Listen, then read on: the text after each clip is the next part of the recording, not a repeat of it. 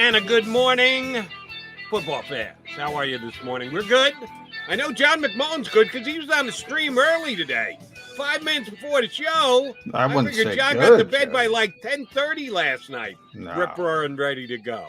I think Oh. 1:30, maybe that's an early night. But that's, I beat you to bed. That's all that By a little counts. bit. Yes, you did. So we're burning the candle at both ends. We'll burn it for you on Birds 365 here for the next couple hours. We got no one but two good guys. One current, one former NFL player. So it's NFL Player Day here on Birds 365. And, by the way, you might not have known this, but John McMullen, outstanding special teams member of the San Diego Chargers back in the day. Way back when they were with in San Diego, not the LA Chargers that won last night on Monday Night Football. When they had a home field advantage in San Diego. Oh, did they? A little bit on occasion. Yeah, no, in San Diego they did since they've gone to LA. Not even close. And they didn't last night. It was their stadium. They know it better than the opposition, but there were more Raider fans in the building than there were Charger fans. But we'll put Raider Chargers on hold and talk about the Eagles. Here's where I want to go with you first today, John. We got a lot to talk about. Nick Sirianni spoke yesterday. I want to get your take on the things he said. A couple of the things he said had me scratching my head a little bit. But here's where I want to go first. Prior to the season, both John McMullen and Jody McDonald, the two Macs on Birds 365, suggested that the Eagles would go 8-9 this year. We both ended up on the same number. I don't know if we ended up game by game with the same picks because we didn't do that here on the air. But your overall number was 8-9. My overall number was 8-9. The Eagles right now are 1-3. I don't know about you, but the 3 games that the 4 games they played so far, 1 win, 3 losses, have gone exactly the way I thought they would when we got out our pencils or pens or highlighters or whatever writing instrument used, crayon in my case, and put W's and L's next to each and every single game and then added them up, came up with 8-9. They went the 3 ways that I thought they were, the 4 ways I thought they were going to go. So I'm not moving off my 8-9. You can, even if you got all 4 games right. If there was something that you expected to happen, specific side of the ball, specific position that you thought was going to be real good, and it's actually kind of shaky, I guess you can move off your preseason prediction. I'm not. I'm still at 8-9. John McMullen, are you still at 8-9? That's interesting. I'm not surprised they are where they are at 1-3. I said at the beginning they'd find a way to win one of those first 2 games. Either they'd win at Atlanta or they would lose and come back and beat San Francisco and then lose to Dallas and lose to Kansas City, obviously. So I had them at 1-3, just didn't have it in the correct order. So I'm not wavering because of the start, because we all know their schedule is tougher up front than the back end. Look like that on paper. It's shaping up as that on paper. So that's not the issue. My issue is the reason I picked them to be 8-9 is because of the strength on the offensive line and strength on the defensive line. That's where I'm starting to waver. We've already lost Isaac Seumalo for the year. Brandon Brooks is going to be out for probably half the year. We don't know what's going on with Lane Johnson now. Jordan Mailata is going to be back relatively soon, so that's not as major as an issue. And then on the defensive line, you lose Brandon Graham, who's their second best player. We thought he was the second best player to Fletcher Cox. Evidently, he's the second best player to Javon Hargrave. But either way, they lost a really good player. That's why I'm wavering a little bit. And maybe 8 was a little bit optimistic. But hey, Jody, I mean, I always say it. I say it all the time on the show. You can't legislate injuries. I can't pretend, oh, I knew Isaac Seumalo was. I knew the offensive. I mean, that's nonsense. Right. And everybody's going to say it. Well, the offensive line got hurt last year. Well, yeah, that's why you kind of go. It's probably going to go back to the mean, if anything. You're not going to have 2 years like that in a row. Sometimes luck is a thing, and sometimes you get good luck, and sometimes you get bad luck. I hear what you're saying. When I made my predictions, I factored in some injuries. Like we always talk about on the show, it's 100% people are going to get hurt in the National Football League. Not every single player is going to get hurt, but at some point during your career, you're going to get hurt, and you just don't know when the injury is going to jump up and bite you. So I certainly factored that in, that there would be some injuries that the Eagles would have to deal with. You compare them to the other teams around the National Football League at this point, I would say they're on the 50% side of more injured than less injured. They would be in the top half of the league of key injuries.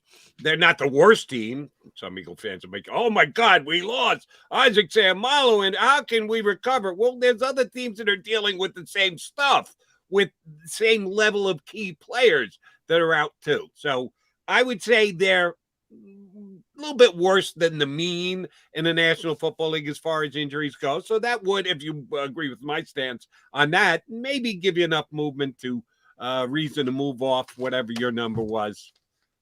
I'm sticking with my 8 and 9. And I'll just quickly run down. If you got a Eagle schedule, punch it up on your computer and see if you can remember. If you've got it written down on a sheet of paper, grab it, Johnny Mac. But if not, I trust your memory that you'll be able to do so. Here's the way I think the rest of the Eagles. That's a bad thing to trust, Jody. But I got faith in you, big guy. I'll pop it up. Here's the way I had the season going before. And, oh, yeah, I had them winning many more games in the second half of the season than the first half of the season. When I laid this out, you're going to go, damn, that's a good way to finish the season. It's also the easier half of the schedule. I had them losing this week to the Panthers. And losing the following week to the Bucks. So I had the Eagles. You broached them early in the season. I had them 1-5. I really did. And that's exactly. I had them beating the Falcons, losing to the 49ers, losing to the Cowboys, losing to the Chiefs, losing to the Panthers this week, and losing to the Bucks next week, which is really going to turn the heat up on Sirianni when he's 1-5. And we'll see what their answer is. I had them beating the Raiders. I didn't think the Raiders were going to be all that good a team. They weren't all that good last night. Fell behind 21-0 before you could blink. They're just a terrible first half team. They always make runs in the second half, and they made one again last night, but they came up short. I had them winning against the Raiders. I had them winning against the Lions. I thought the Lions were going to be really bad, and they look like it to me. I had them losing to the Chargers, but I had them beating the Broncos in Denver. I didn't think Denver was going to be real good. I had them beating the Saints at home. All right, maybe that one was a reach, but I'm sticking to it. I had them splitting all the division games. So I had them losing at home, losing on the road to the Giants, the Washington football team, and the Cowboys. They already lost. But I had them winning all their home games, and I had them beating the Jets as well. So the second half, loss at the Giants, win home Jets, win home Washington, win home Giants, loss at Washington, win home Cowboys. So I got them winning 5 of their last 6 to get to 8. I had a real bad first half of the season, a real strong half of the second season. I don't think it'll be enough to get them into the playoffs. I don't think it gets them into over 500, as a matter of fact, but a really good second half of the year. Are you sticking with your 8 and 9, McMullen? Here's my concern.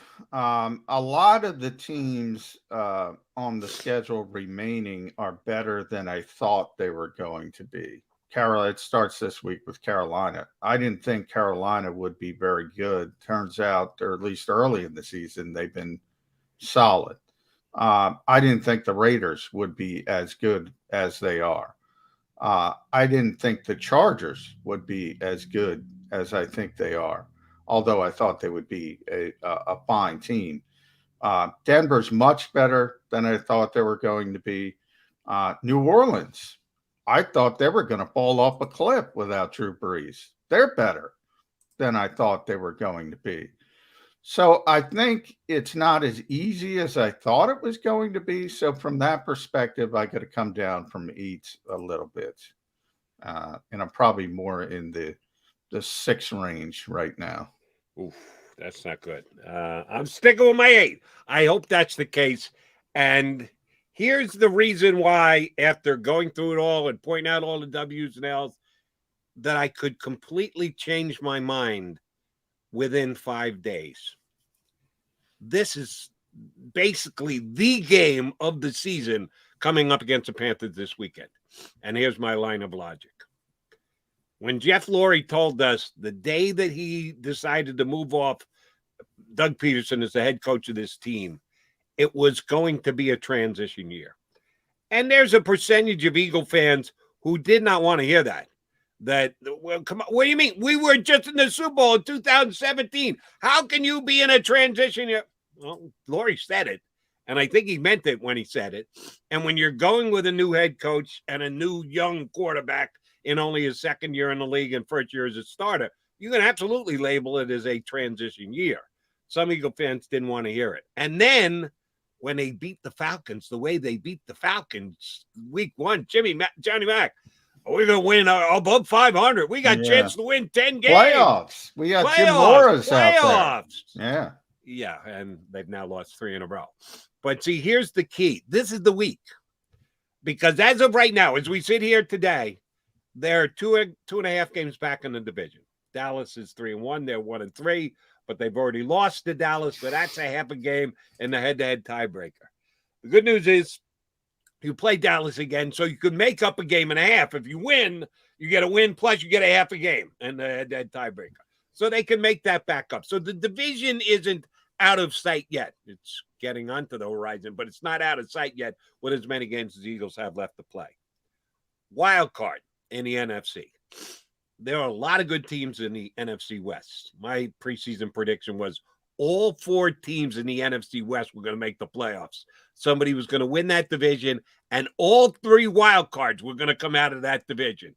And darn if it doesn't look like that could happen with the way this season has started. All of them at least 500, and the Cardinals, the only undefeated team in the league at 4-0, and the Rams at 3-1. And they had to lose because they played the Cardinals. Somebody had to win or lose that game. The Eagles already trailed the 49ers, not only in the standings, but lost a head-up matchup between the 49ers. So if it comes down to those 2 teams tied for the final wild card spot, San Francisco goes. The Panthers have gotten out to a 3-1 start. A little surprising for both you and I. They're better than I thought they were going to be.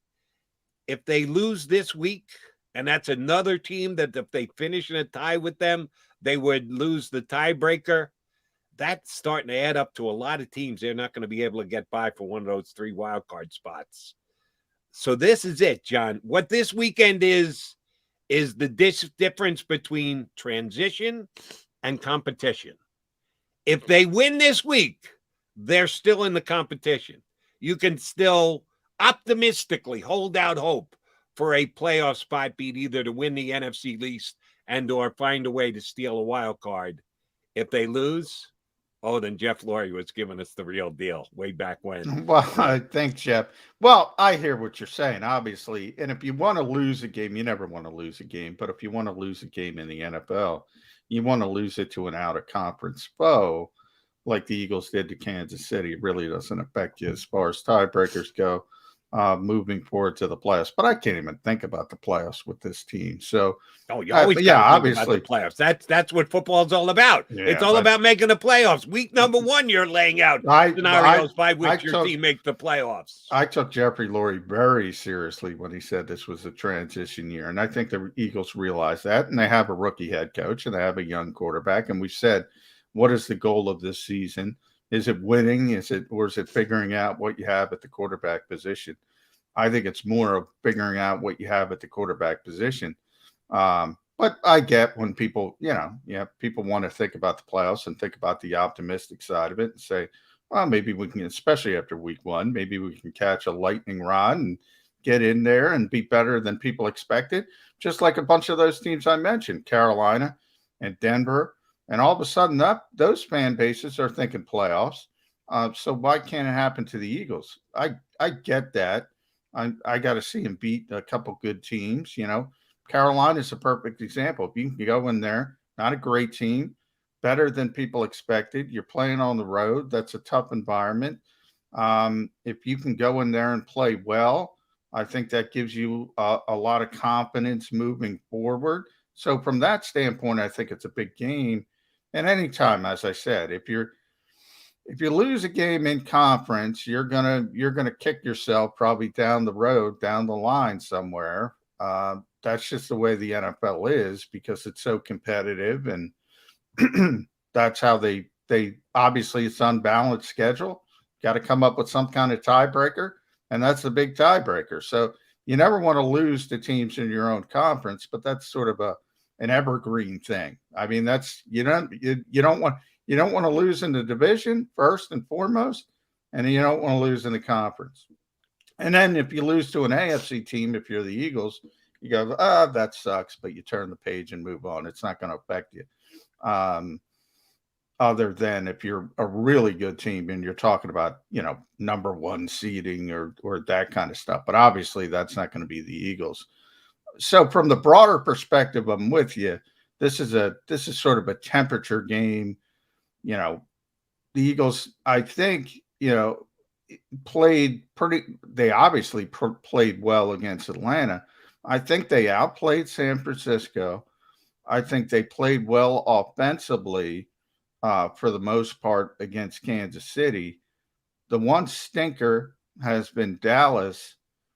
Let's see if they build on that or if they're going backwards because all of a sudden the chirping starts. We've heard a little chirping, Jody, little bit of chirping. Darius Slay on social media saying, "Don't point the finger at me," essentially.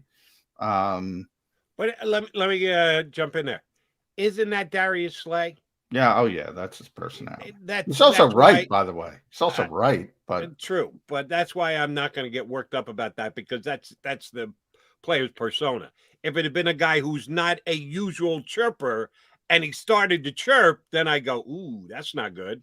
Is Nick Sirianni already losing the grasp of the team? Are they shaking the confidence of the players? Darius Slay's a chirper to begin with. So the fact that he's chirping on a 1-3 team shouldn't really surprise anybody. No, that's true. I get the feeling, not from a chirping perspective, I get the feeling that Fletcher Cox is not happy with his role.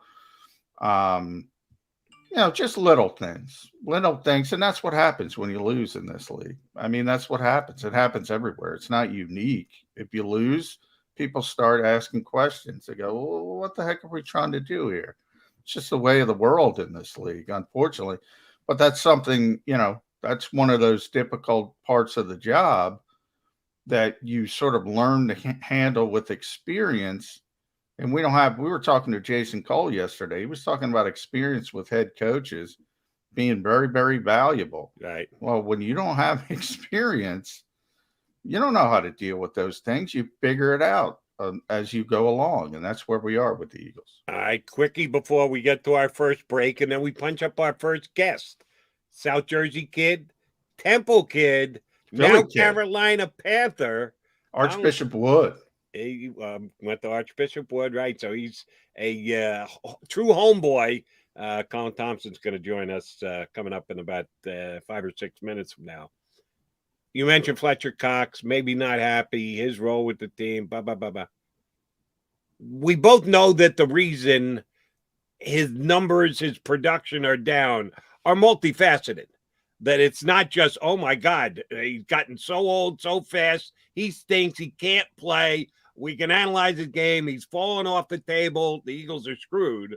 Or, the system they're running does not accentuate what he does well.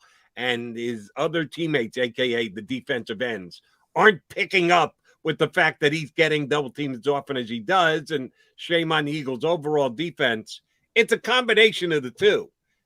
Either Fletcher's skills are diminishing or the system is a really bad fit for Fletcher Cox. Certainly it's a combination of both. Which one more so? I think it's more so the system, only because I think Fletcher isn't what he once was. But I only say that because he's still getting double teamed. And these are, I'll pull them up during the break, and we might get to it after Colin. But these are independent statistics indicate that he's still getting double teamed a lot. So that means the opposition still respects him. So that's a positive from that standpoint. And then just, you should never play Fletcher Cox at nose tackle. It's a waste of a rep. It's a waste of a stinking rep. I love Jonathan Gannon. It is a waste of a rep to have that player playing nose tackle on the 3-4 mimicked look. It's dumb. I'm sorry. And that's on the DC, defensive coordinator. All right, he's John McMullen. I'm Jody McDonald. Scheduled to join us next. An opponent coming up on Sunday. Member of the Carolina Panthers, Philly/South Jersey homeboy, Colin Thompson, scheduled to hop aboard with us. Panthers tight end next here on Birds 365. Go for the midnight dares. Go for the memories. Go for the view that goes on forever. Go for the bubbles in your bathtub and in your drink. Go to bed whenever you want. Or don't. Go for him. Go for her. Go for the win. Go to Ocean Casino Resort. Book your trip at theoceanac.com. At Stateside Vodka, every new customer gets the world's best rocks glass. Free. What's that? A rocks glass? You're telling me that bottle is cut in half? You could say that. Holy shit. The glass is for cocktails, right? It's for this, and that. Is the length of the glass equal to your... You betcha. But is it made out of... Glass? Yeah, okay, but is the rip... Smooth? Will you stop doing... That? I'm the professional here. And you're telling me I can get one of these glasses for free? That's right. One free rocks glass per customer with each first-time purchase of Stateside Vodka. All from the company that's highly awarded. 0 carbs, 0 sugar, and deliciously tasting vodka. So good, it just disappears.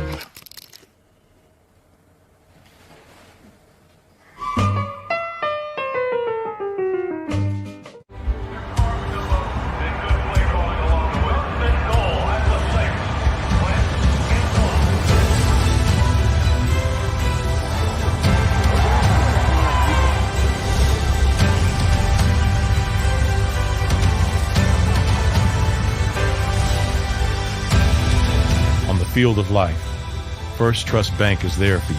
Champions on 3. 1, 2, 3. Because Philadelphia dreams deserve a Philadelphia bank. When it comes to the fight against insurance companies, large corporations, and the healthcare industry, injured victims are always the underdog. But that doesn't worry us. At Messa & Associates, we're an injury law firm from Philadelphia, and we come to fight. Our clients know that they've got representation with a chip on its shoulder, and it's the same chip that makes Philly the toughest city in the country.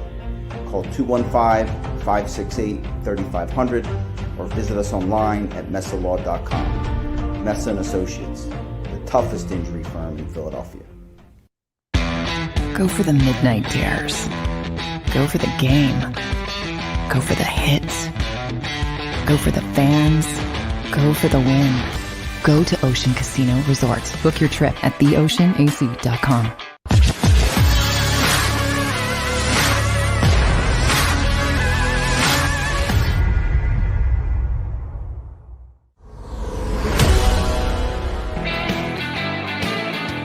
We are the Mac guys here on Birds 365 with a big game coming up against the Carolina Panthers on Sunday for the Eagles. Joining us next, well, we consider him a homeboy, Philly boy, South Jersey boy, Temple boy. He's the opposition this Sunday as a member of the Panthers. Colin Thompson, tight end for Carolina, joins us here on Birds 365. Colin, when we last talked to you during the summer and you were good enough to come on the show, I think you were a mere matter of days away from being he's got the ring on. There we go. He's done. That's all. Your life is over, pal. Officially a married man. Yeah, it's been great so far. Giving you guys, the update on the marital status. Everything's been wonderful so far. Don't say so far, Colin. That's a rookie mistake right there. Everything's been wonderful. Yeah, Cindy and I have been dating, and she's been hanging around with me and putting up with me and doing the long distance thing all throughout my career, which has always been a challenge. And, the personal side of football, the instability of the game. So from Florida to Temple to, all over the place, to the Giants, to the Bears, to doing, radio stuff with JAKIB Media, to doing color commentary to Temple football games, to doing Eagles postgame and pregame live, to the XFL, to the AAF, and then to the Carolina Panthers. So Sydney's the best. She really is. Nice. Yeah, it's been a long and interesting ride for you. It's great that you have a home in Carolina with Matt Rule, your ex-coach at Temple. Now, I want all the state secrets, by the way, Colin, but I know you're not going to give me those. So I want to focus on Matt Rule being in his second season as a head coach, because what we're going through in Philadelphia is a rookie head coach who's, learning on the job. I think everybody learns on the job. Matt had a little bit of an advantage because he was a head coach at Baylor and Temple. How have you noticed a change from him year one to year two? Have you noticed a more comfortable presence, or is it just typical Matt Rule to you? It's typical Matt Rule to me. He's been the same guy since Temple. He really has. He believes in his process. He believes in, all the cliche things that you're going to hear from coaches. He really firmly believes that everything matters. That is his best, I think, as a player that's played under him now for years. His best attribute is there's no stone unturned. Everything matters. When it was at Temple, he was involved in your grades. He cared about how you did in school. When it came to hydration, we had to carry a gallon jug of water around the campus. And if you didn't, you were punished with maybe a 6 a.m. workout, or you got a warning or whatever it was. I mean, that mattered to him. Everything matters. The way you weigh in, are you consistently with your weight? The way you go have fun with your family on off days, or the way you come into the facility early or leave late, or whatever that is. There's no stone unturned. There's nothing he doesn't notice. He truly has been the same guy through all of it, and it's brought a lot of success for him. And he believes in a lot of his people, the same group of coaching staff that I was with at Temple, and I got to meet those guys at Baylor. The guys that kind of came on, with the Bears, are here in Carolina with them. So there's a lot of loyalty. There's a lot of respect, and he's been the easiest coach I've ever played for. That's what I always tell people, because you know what you need to do every day. There's no secrets. There's no mystery. There's one formula, and that's, what he puts out every day. And you could see teams turn the corner when you're with coach, especially in the second year. Colin, early here in the season, your role in the Panthers has kind of been defined. You're a blocking tight end. You come in and your job is to road grade somebody and open up a hole for someone behind you.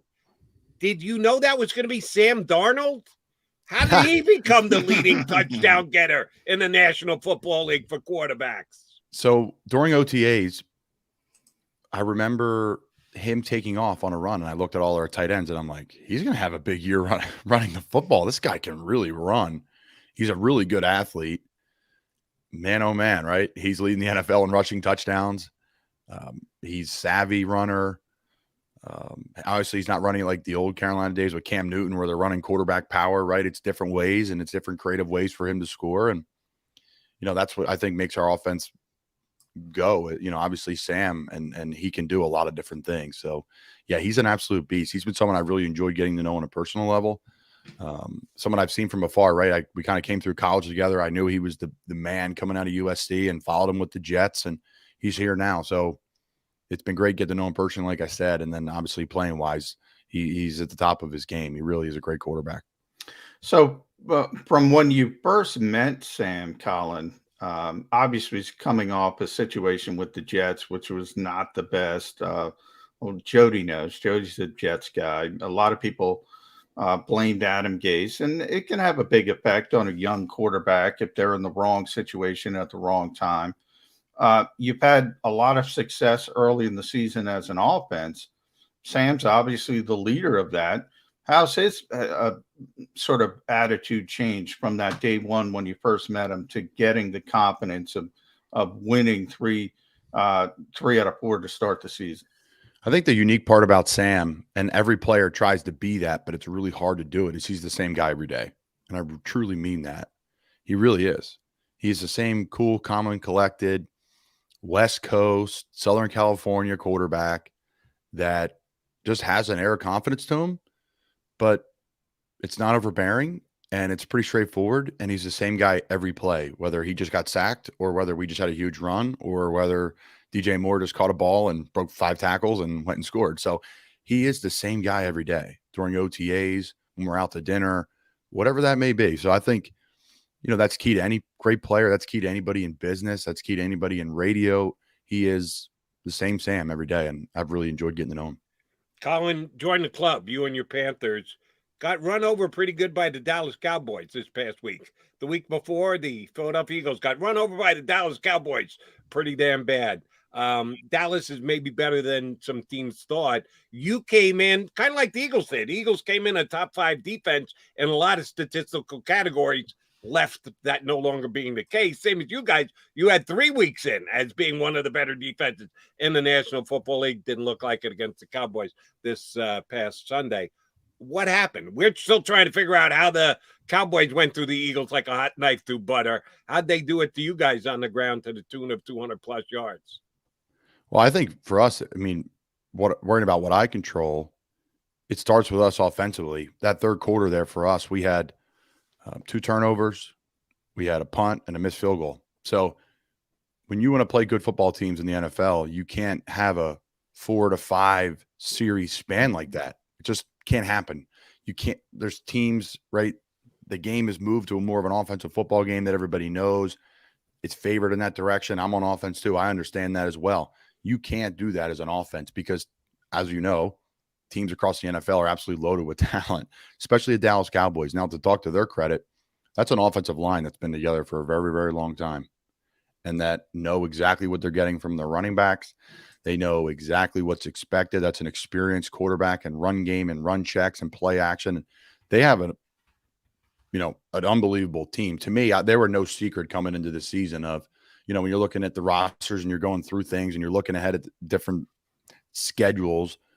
When you talk about talent, that's one of the most talented teams in the NFL. So, and again, you're talking about the run game, offensive line wise, that's a group that's been together for a very long time. You guys know about continuity more than anybody. One of the Eagles' strength is those guys have been together for the most part for a long time. They plug and play a few guys here and there, but the real pillars of their O-line have been there for a while. So we have to be better. And it really starts with us offensively. It starts with what I have to do to be better. And we can't sputter out, for a whole quarter of football. And we end up coming back into the game and it was a 1-score game. We were a stop away of getting the football and having an opportunity to, tie the ball game. So it's crazy. That's what we could be as a team, but we can't have a quarter where we just let things go. And Colin, you talk about talent in this league. You're right. Everybody's got a lot of talent in the NFL. One of the guys who, from the outside looking in, I'm one of those guys in the NFL I'm in awe of. That's Christian McCaffrey. Maybe he would have helped against Dallas if he's out there.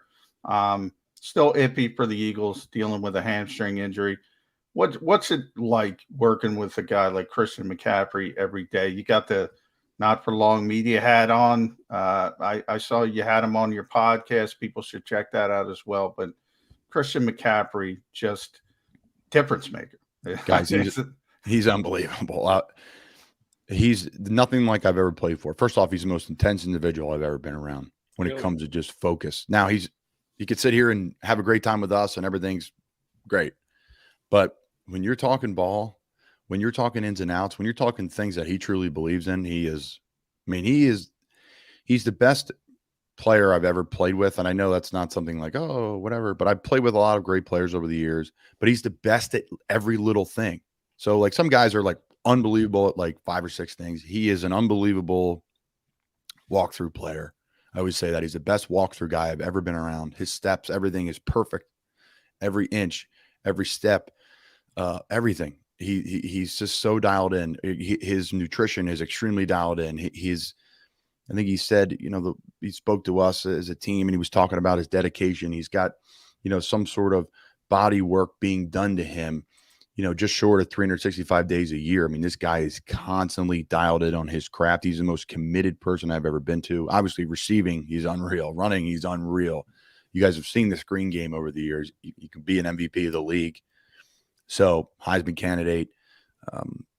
he's been extremely durable, and it's extremely frustrating for him. I know, trying to fight through this little injury thing here he's got going on, but I don't believe in injury bugs. I just believe it's a football, and it's 100% injury rate.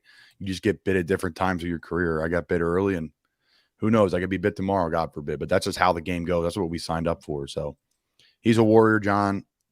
And Jody, he's unreal. He's on another level than every player I've ever played with. Colin, you were there last year, so you saw the year that DJ Moore had over 1,000 yards receiving, damn good.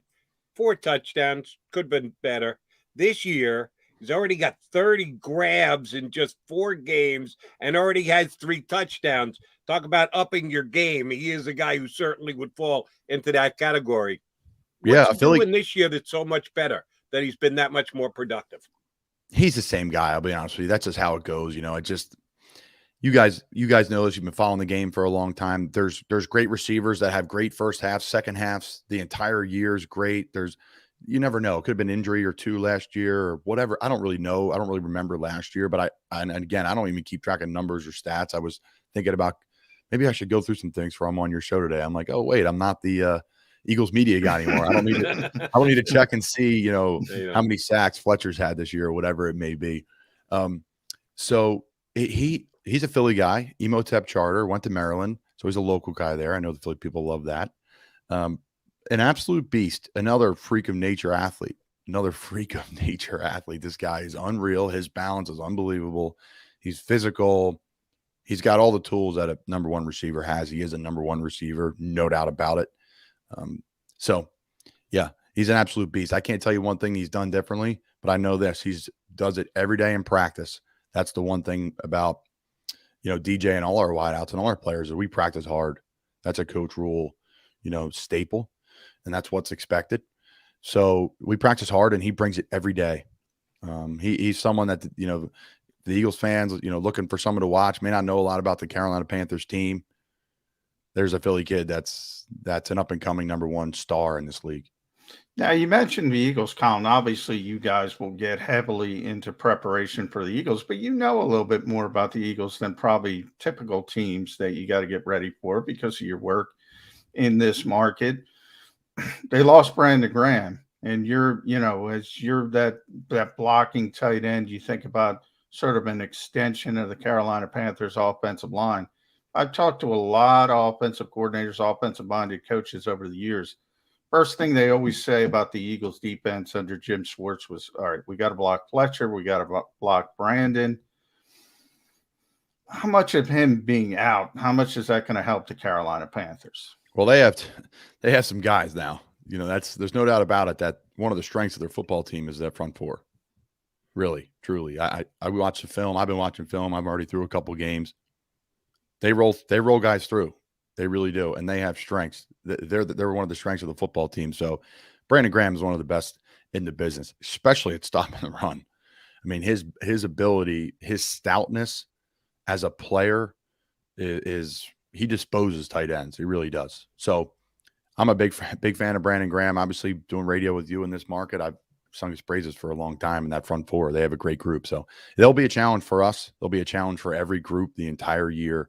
As well as their whole defense. They have players at every level of the defense, and I'm excited for the challenge. Really am.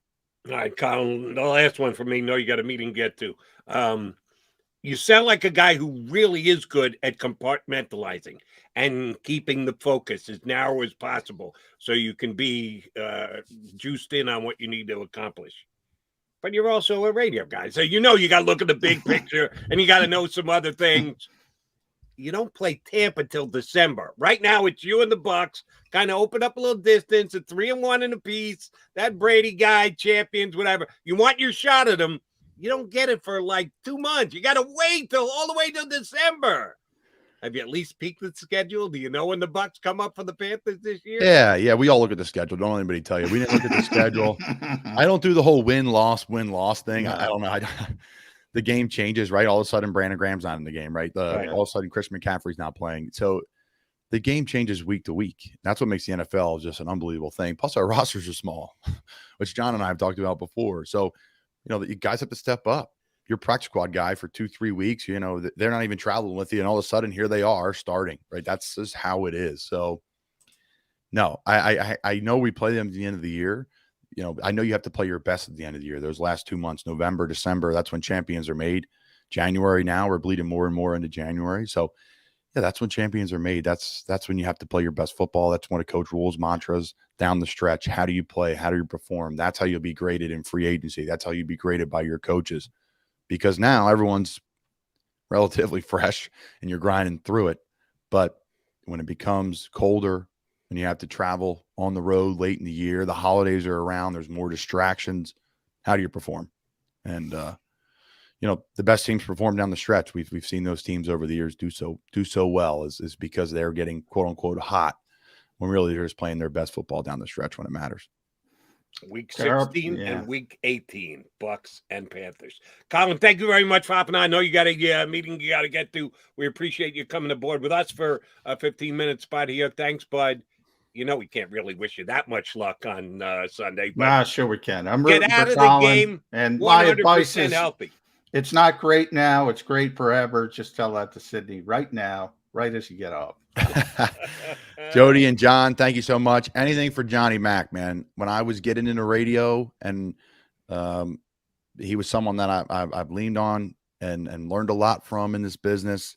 Jody, I'm just getting to know you, but John means the world to me, and he doesn't even know it, because I was just trying to find my way doing Eagles pre and post game and trying to get back into this NFL. And I'm sitting there talking to John saying, I can't even dive into really how I feel about this certain subject because I want to go back and play in this league. Here I am now. So I'm humbled. So Jody, thank you. And John, thanks for everything, man. I appreciate you. Hey, thanks, Colin. Good luck, man. All right, man. Talk to you guys soon. That is Colin Thompson of the Carolina Panthers. Great dude, smart guy, knows the game.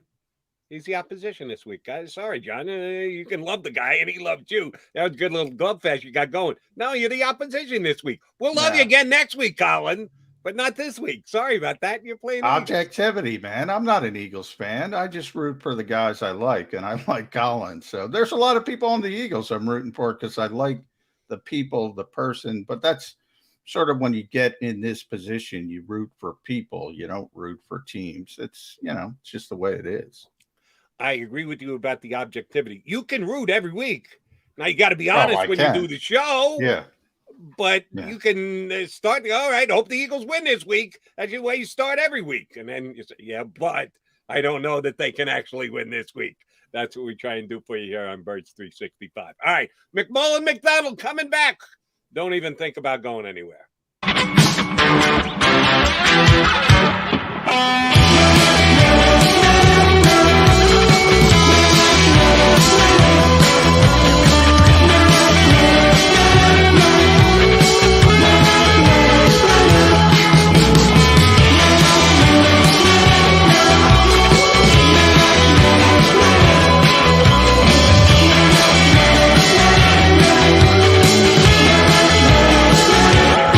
At Stateside Vodka, every new customer gets the world's best rocks glass, free.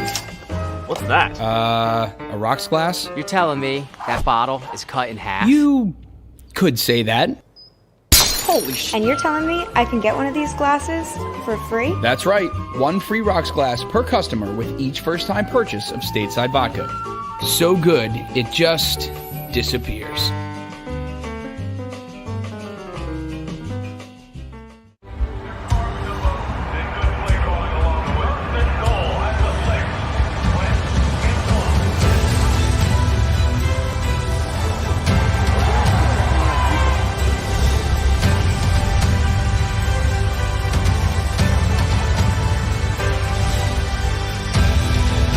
Field of life, First Trust Bank is there for you. Champions on three. 1, 2, 3. Because Philadelphia dreams deserve a Philadelphia bank. When it comes to the fight against insurance companies, large corporations, and the healthcare industry, injured victims are always the underdog. But that doesn't worry us. At Messa & Associates, we're an injury law firm from Philadelphia, and we come to fight. Our clients know that they've got representation with a chip on its shoulder, and it's the same chip that makes Philly the toughest city in the country. Call 215-568-3500 or visit us online at messalaw.com. Messa & Associates, the toughest injury firm in Philadelphia. Go for the midnight dares. Go for the game. Go for the hits. Go for the fans. Go for the win. Go to Ocean Casino Resort. Book your trip at theoceanac.com.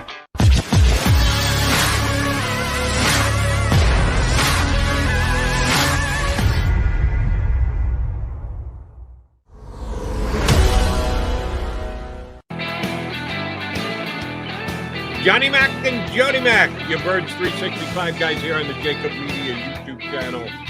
We've got an hour and change left to play. Our guest for hour number 2, as I mentioned, NFL Player Day. We had one active. Our second guest hadn't been active in a while. He's active when he comes on with us, when he's on the middle here on the JAKIB Media YouTube channel. Don't think he'd even bat an eye to if he was asked to road grade Eitan Shander, but they don't ask him to do that on the middle. We'll just ask him for Eagle Insights. Our buddy Barrett Brooks is going to join us here in hour number 2. All right, Johnny Mac. Yesterday you zoomed your life away. You didn't actually have to get up and go into the facilities. Everybody did the Zoomcast thing with Coach Nick Sirianni. What grabbed you the most out of what Nick had to say, either positively, negatively, scratching your head wise, anything that really you didn't think was going to be coming out of yesterday's news gathering? Well, I thought we'd get some clarity on Lane Johnson at least. So that's a concern. That was my number one concern. No clarity from that perspective.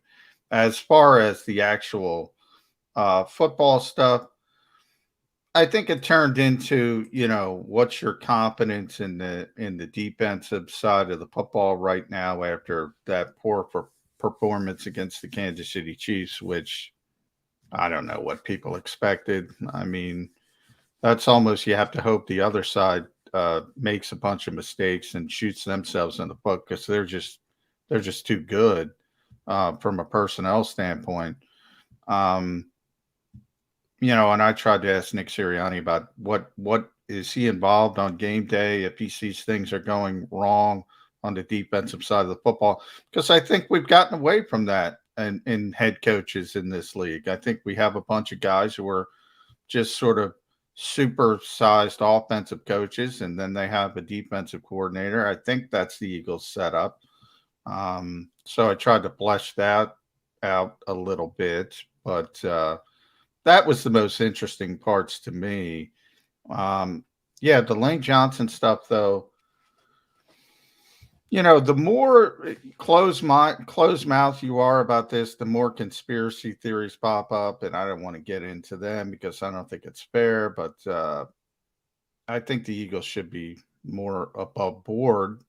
Even if you say something, you can still be a little bit more above board and be open-ended about it. Say it's a personal matter. We're not sure when he could come back. They wouldn't even go that far. Forget about talking about the personal matter, but say we expect him back in 2 weeks, 2 to 3 weeks, a week. He'll be back at practice. Something. I was a little disappointed in that.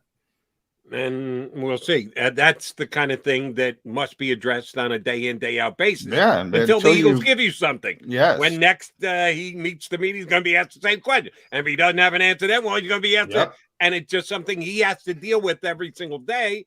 When we find out, we find out. But as of right now, we don't know if he's going to play against the Carolina Panthers. But the offensive line did not play badly. And we'll do plenty of this when we get Barrett up. You've got the football, NFL Pro Football Focus numbers. I'm guessing that the Eagle offensive line graded out pretty damn high across the board on Sunday's game. I thought Jalen Hurts had a good enough amount of time. There were some holes there. It was 4 patchwork guys thrown together because of the injuries and the issues the Eagles have had. They did it all last year and at times paid a price for it. Didn't pay nearly as big a price here. I thought they all played well. If you can punch that up quickly and tell us how they ranked across the line of the offensive line guys. And, oh, by the way, checking the snap count call, all of them played the entire game, which is saying something, the Eagles this year anyway, because they were dropping like flies along the offensive line. The guys that they did put in place took all the snaps, and I thought they're pretty damn good snaps. Yeah, they played well. I think as a whole group, Jason Kelsey obviously played really well. He's already up to number 1 in the entire league, and it's been lights out as a pass rusher, according to, a run blocker. Run blocker. It's usually you think of Jason Kelsey as this great pass blocker. He had a really bad time in Atlanta, and I think he was.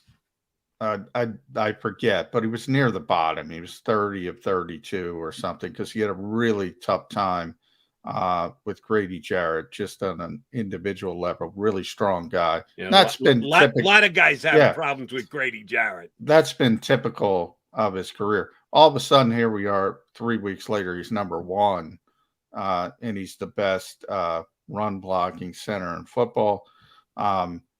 Everybody. Landon Dickerson is sort of been similar. Great as a run blocker, not so much as a pass blocker, but he's more comfortable on the left side. He's spiked. Nate Herbig was certainly effective. Jack Driscoll was effective, and even Andre Dillard with the penalties. If you take out the penalties, and as Nick Sirianni said, the downfield penalties weren't his fault.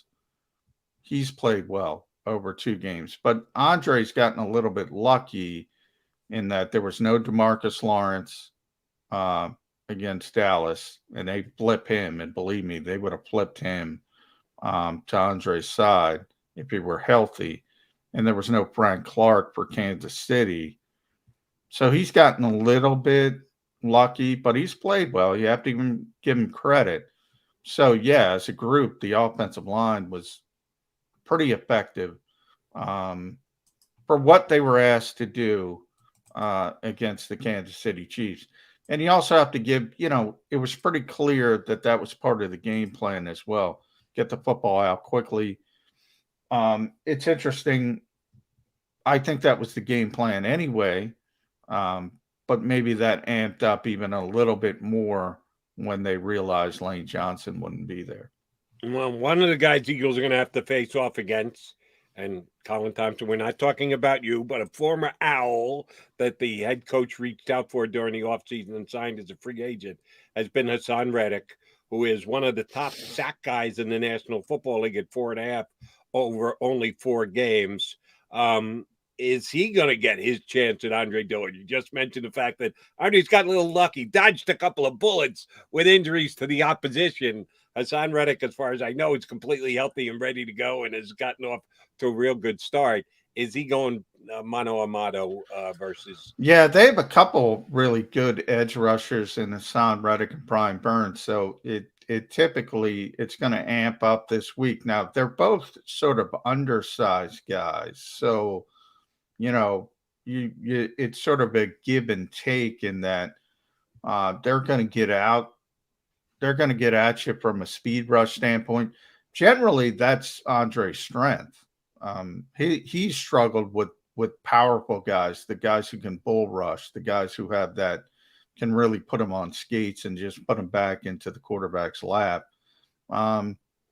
Maybe he's lucking out again. I don't know if Carolina has that player, to be honest. I think Hassan Reddick is not.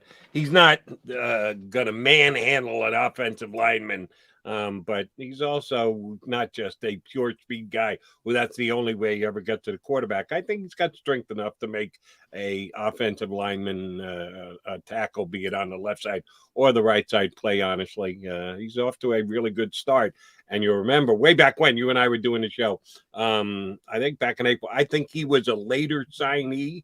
I think the Cardinals might not have decided not to bring him back till later in the offseason. That was someone that I was hoping that the Eagles targeted, even though, quote unquote, they had good depth at defensive end. Well, see what happens to depth when Brandon Graham goes down for the entire season. Your depth gets thrown into the fire pretty damn quickly, and it hasn't really held up its end of the bargain just yet. Hassan Reddick would have looked really good in an Eagle uniform this year. Yeah, it's kind of dependent on, like, I look at Hassan, and he came into the league really as a 3-4 outside linebacker. So he's sort of uh, one of those hybrid players. He's not, he's probably, I don't even think he's 6'2". So he's not like Josh Sweat. He's not like a typical straight out of central casting edge defensive end edge rusher. So, under the old Jim Schwartz system, I would say no, that's not a fit at all. Jonathan Gannon's trying to use more of this multiple front with these 3-4 looks. I would say he's a better fit under Jonathan Gannon, but I haven't seen that sort of manifest itself in that, they rarely blitz.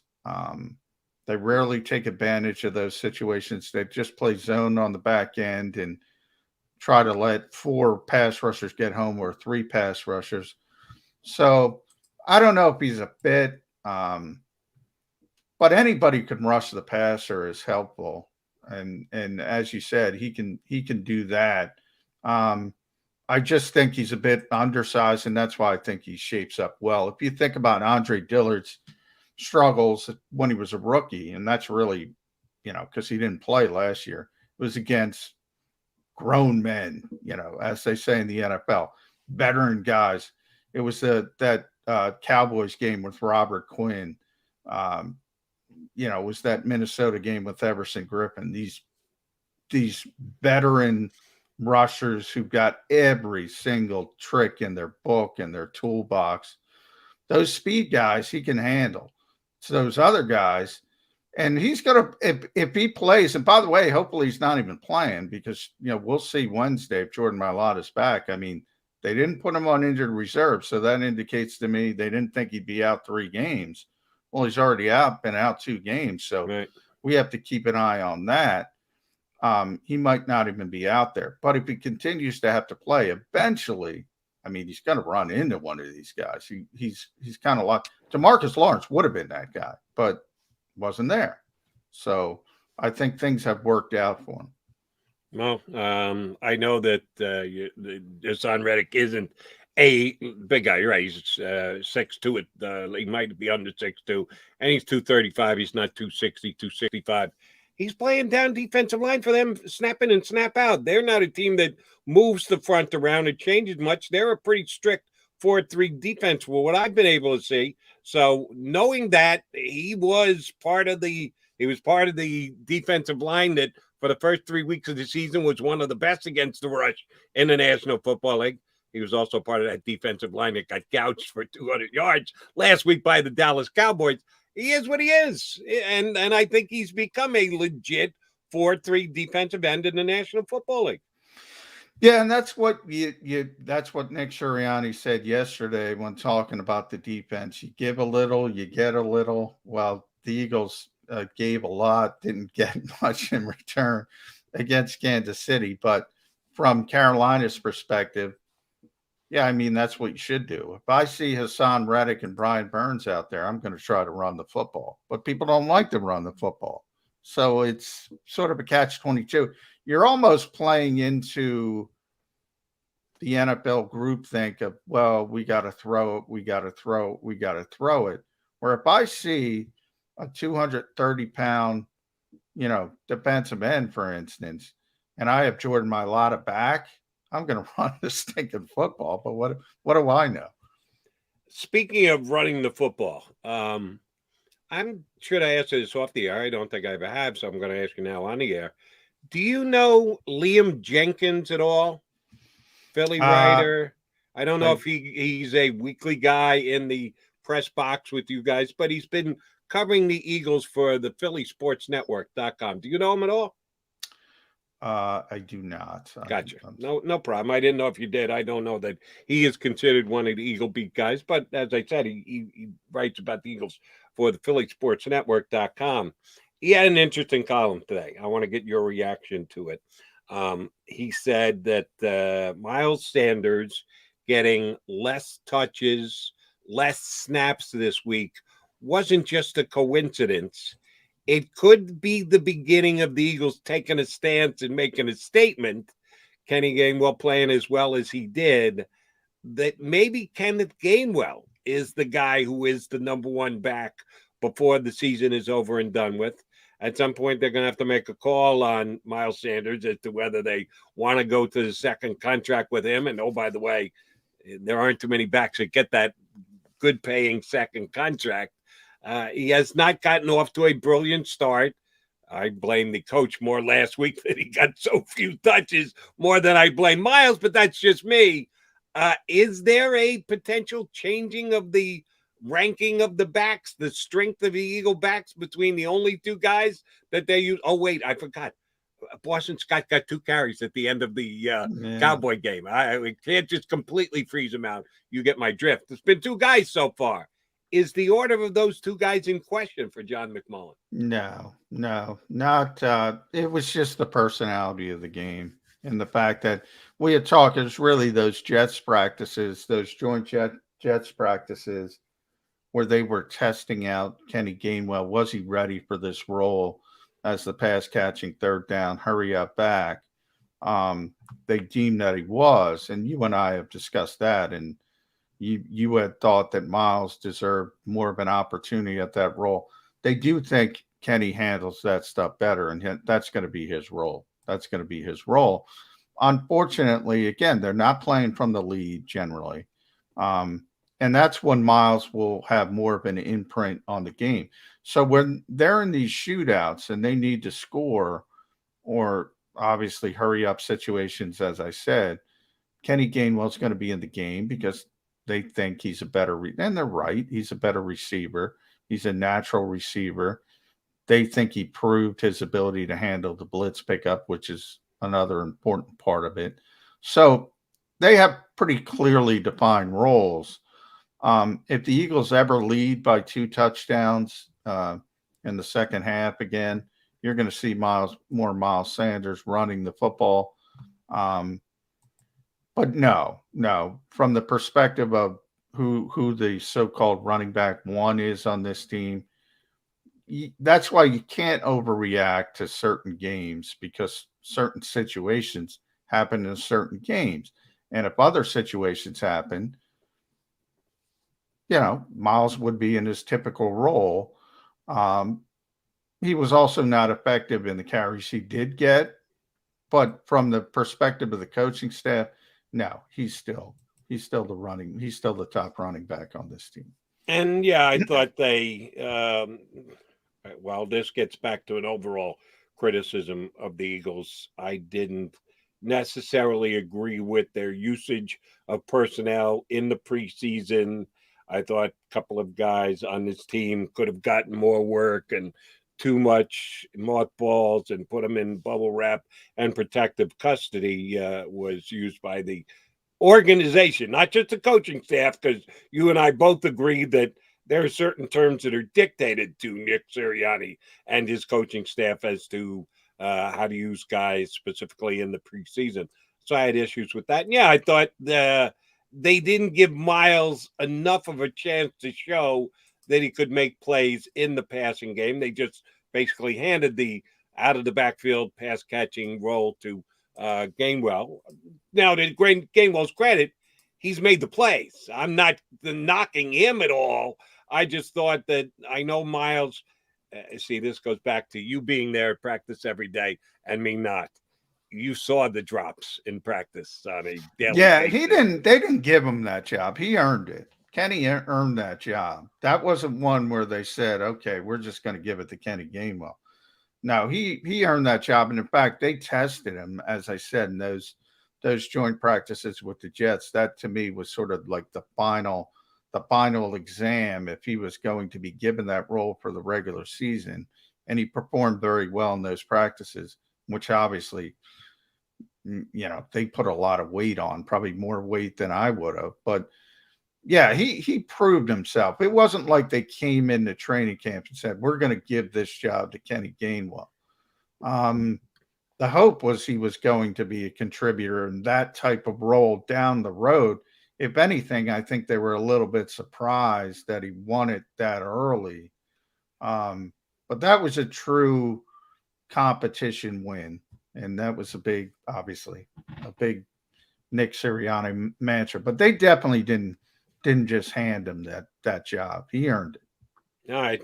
Want to talk to you about the quarterback, and we'll certainly do that. We're going to talk about the retooled offensive line when we get Barrett Brooks up here in about 15 minutes or so to join us. But I do want to get to the quarterback again because John, at least one individual right here in town, and a bunch of guys. I was on WIP last night, only a 2-hour show because Monday Night Football ran late because of weather issues in a dome stadium. Man, what is going on? Stadium, a 45-minute delay because of lightning. Okay, all right. What is going on? I realize there's not a lot of lightning in Los Angeles to begin with, and that's Inglewood, but Southern California. But what are we doing? What are we doing in 2021, Jody? You just spend $5 billion on the stadium. And by the way, I think it costs more than that with the overruns. And you're having 45-minute weather delays? What? I can't get over it. Yeah. So I ended up doing a shorter show last night than I thought I was going to, which was fine, and got some good Eagle callers on just the same after midnight. But I had a couple of calls that wanted to already anoint the Eagles starting quarterback for 2022 to Jalen Hurts, basically because he had a good game yesterday against Kansas City Chiefs. And I don't get it. Now, when he played poorly the last 2 weeks, when I got beat up pretty good and he couldn't get the ball in the end zone against the 49ers and didn't do much and got some, oh, by the way, numbers against the Cowboys, but was certainly blatantly outplayed by Dak Prescott. People were ready to just write him off. And this guy's not good enough. Nice idea, not good enough. He doesn't have a good enough arm, doesn't have a good enough accuracy. He can't play in the league, blah, blah, blah. Why do people feel the need to rush the judgment here? Every week. You have said it yourself, and I think you're dead on right. Deshaun Watson's not coming this year, okay? He's not coming here. He's probably not coming anywhere. He's probably sitting out the entire season and cashing checks till he gets his legal stuff worked out after the football season is over and done with. So what is going to change? What is Gardner Minshew? Do you really want to see Gardner Minshew? Is that it? You have 17 games to judge Jalen Hurts. If he stays healthy, he's going to get all 17 games. Why do people feel the need to, after 1 game, 2 games, 3 games, 4 games, whatever it is, make a definitive stand? He's good enough. He's our guy. We can use all those draft picks on other positions. Or he stinks. He can't play. Why are we doing it?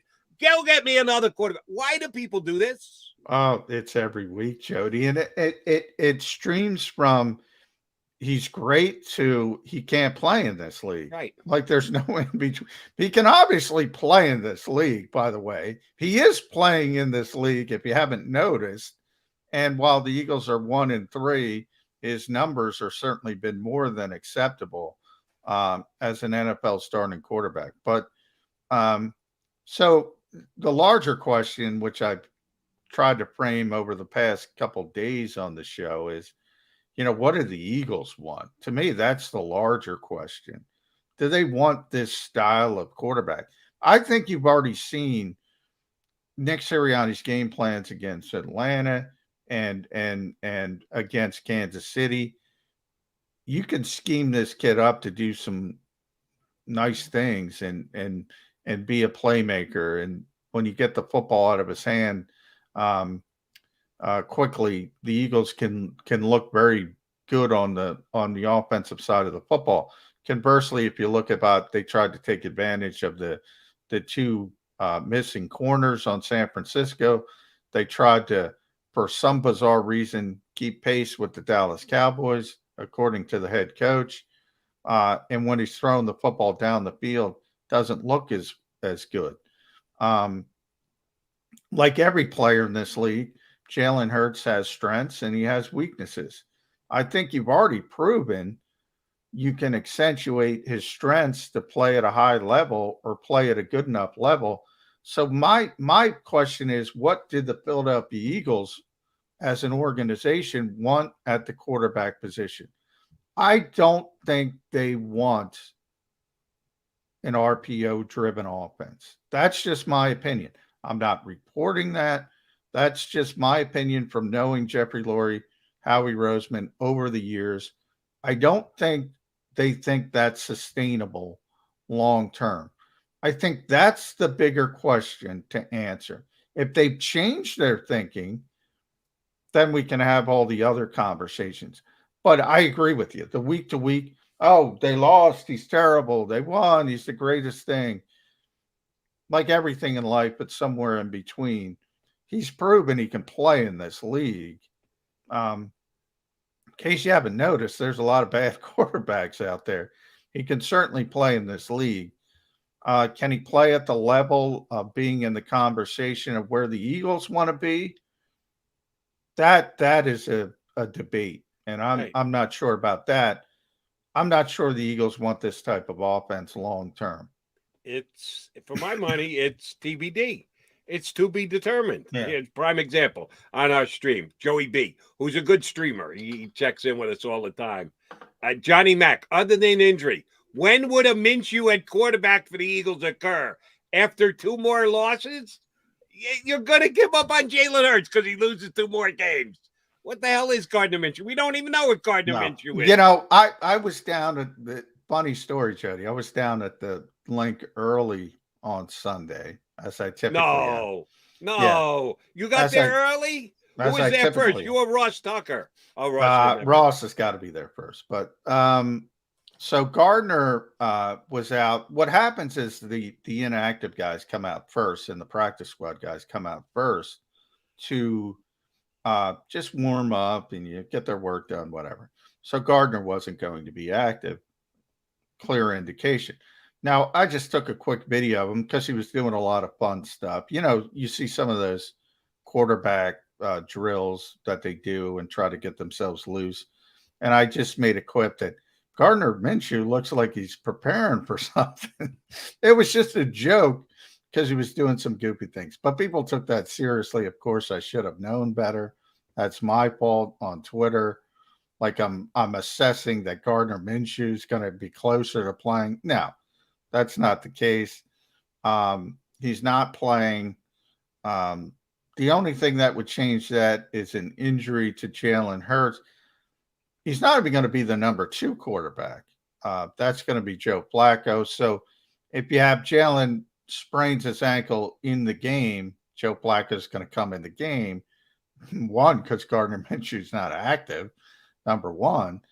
Now, if Jalen Hurts gets hurt and he's out for multiple games, if he's out, God forbid, for the season, Isaac Seumalo type situation, then you have a conversation. Who would you rather go with long term for a long period of time, Gardner Minshew or Joe Flacco? I think that's a legitimate conversation. As far as when is he going to get a chance? No, if Jalen Hurts is healthy, Jalen Hurts is the starting quarterback of this team. And he's done nothing, by the way. What I mean, you're a bigger stat guy than me, Jody. But I mean, what I got to pull up his numbers. Now, granted, we talk about all the time. No, Jalen Hurts. Jalen Hurts. I give you Hurts' numbers this year, and you and I debate a little bit on the importance of the quarterback rating stat. While I acknowledge it is imperfect, it's the best stat that there is.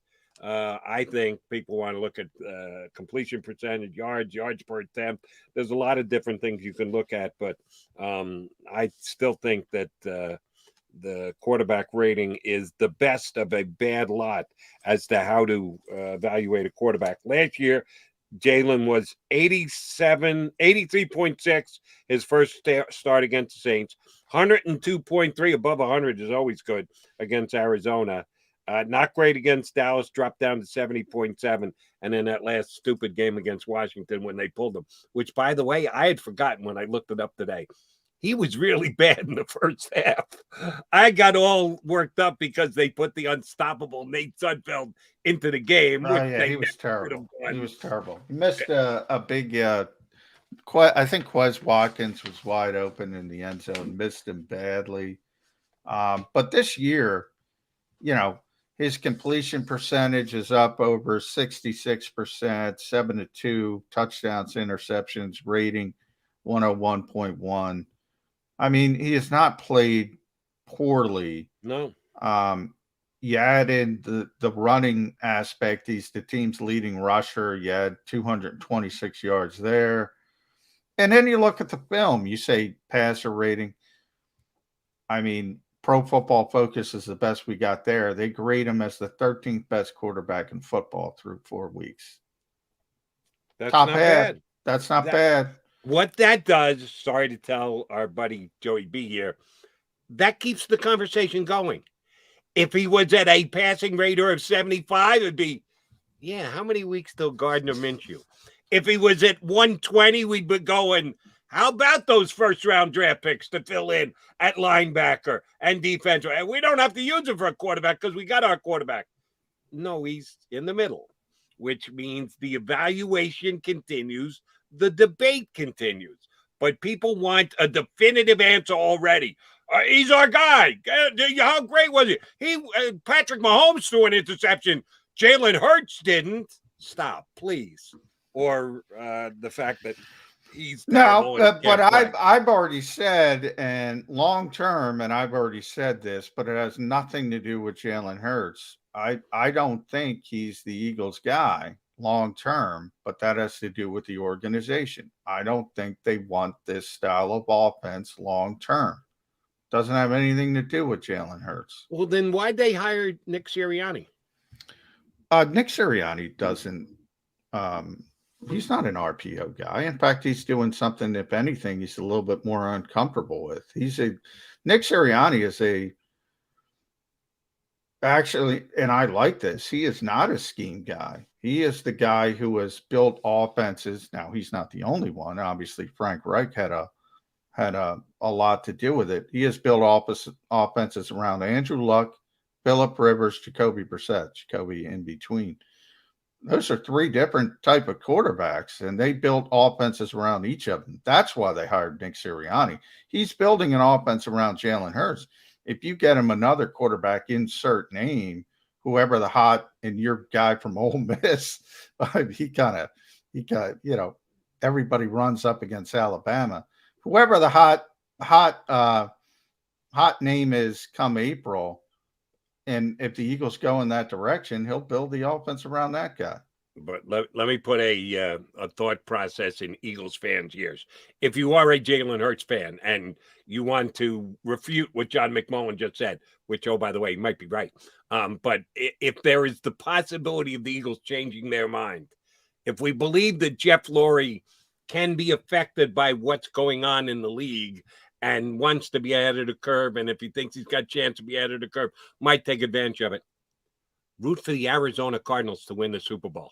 If the Eagles aren't going to win the Super Bowl, then go ahead, start rooting for the Arizona Cardinals, which, by the way, your buddy Jody Mack got him at 45-1 to win it all. So definitely root for the Arizona Cardinals to win the Super Bowl. Because Jalen Hurts isn't quite what the Cardinals quarterback is, but there are some really good similarities between the two. I think Murray's got a little bit better arm strength, and he's certainly further along in his progression.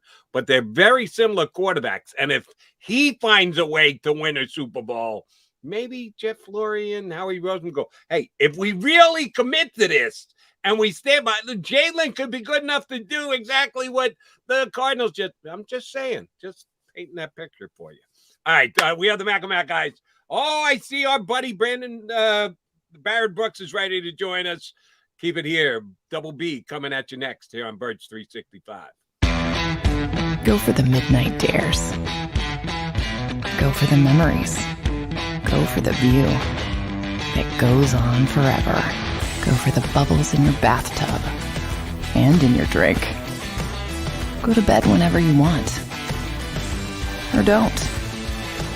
Go for him. Go for her. Go for the win. Go to Ocean Casino Resort. Book your trip at theoceanac.com. At Stateside Vodka, every new customer gets the world's best rocks glass, free. What's that? A rocks glass? You're telling me that bottle is cut in half? You could say that. Holy shit. Glass is for cocktails, right? It's for this, this, this, and that. Is the length of the glass equal to your... You betcha. But is it made out of... Glass? Yeah, okay, but is the rip... Smooth? Will you stop doing... That?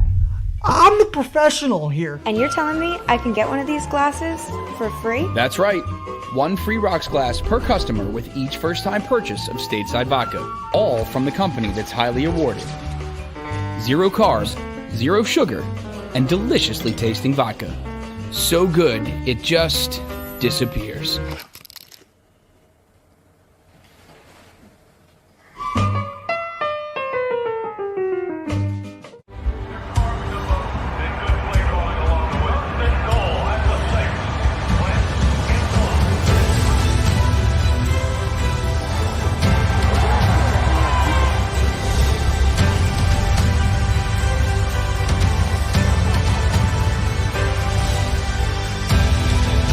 Field of life, First Trust Bank is there for you.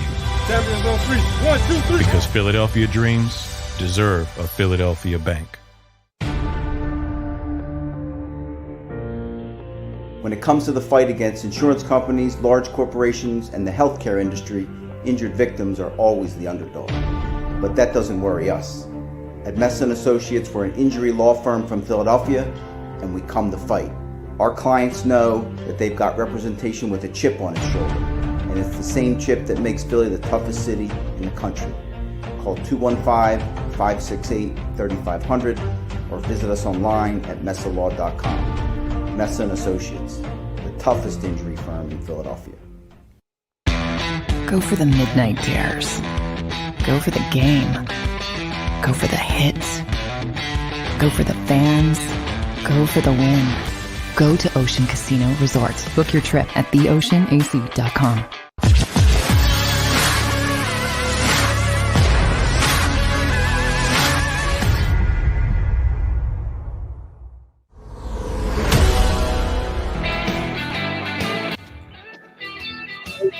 Killing Tuesday here on Bird 365 as we face the Carolina Panthers this weekend.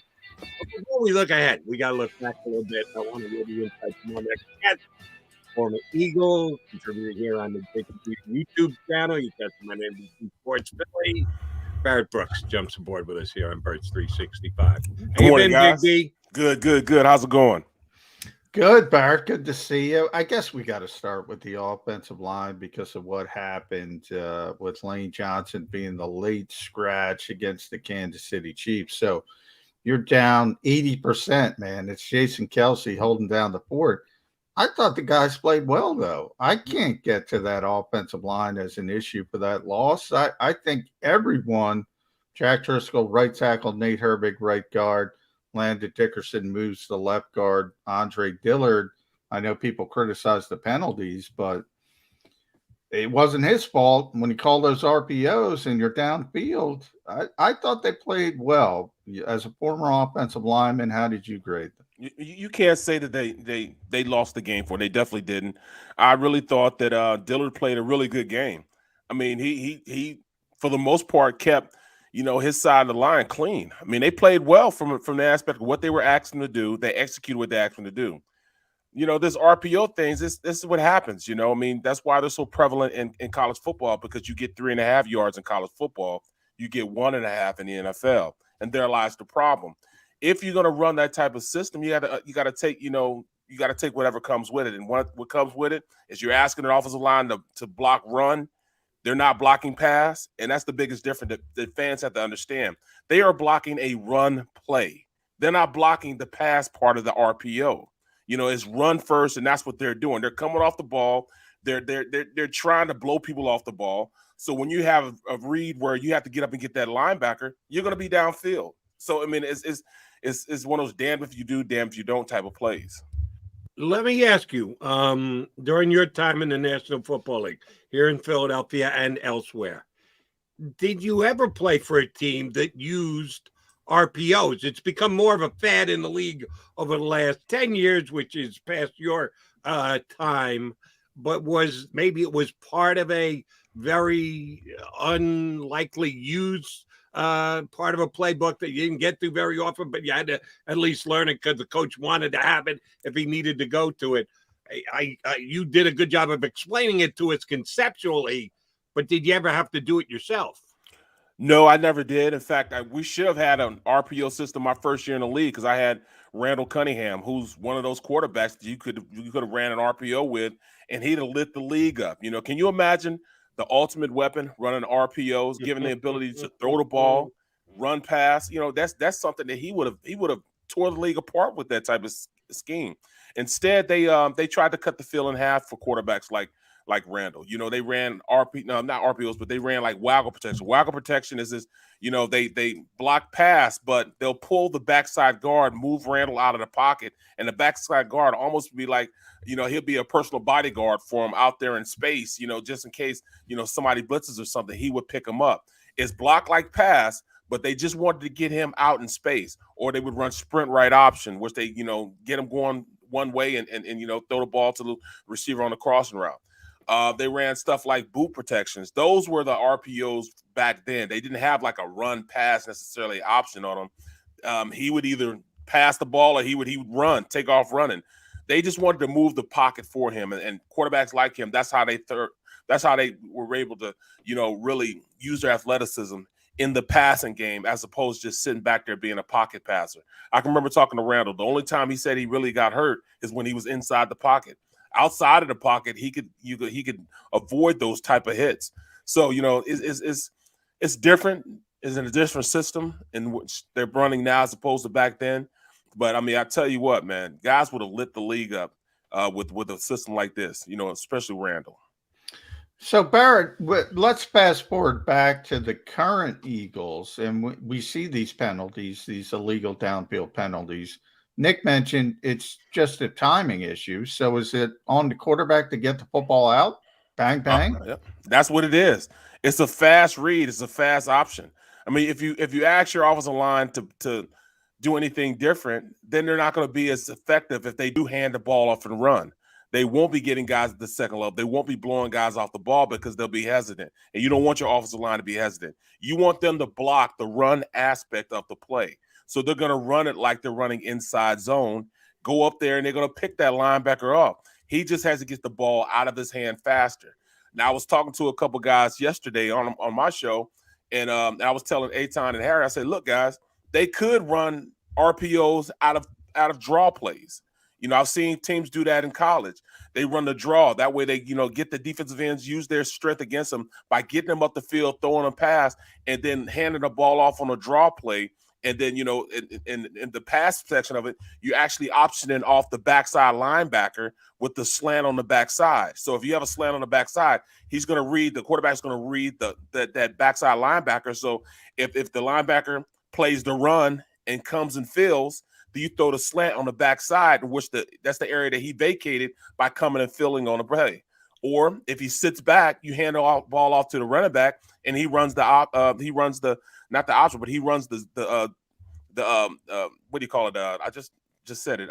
Draw play. He'll run the draw play up the middle because that linebacker stayed at linebacker depth. That means the offensive line to get to him, and that'll be, you know, a great play because they've gotten to that backside linebacker.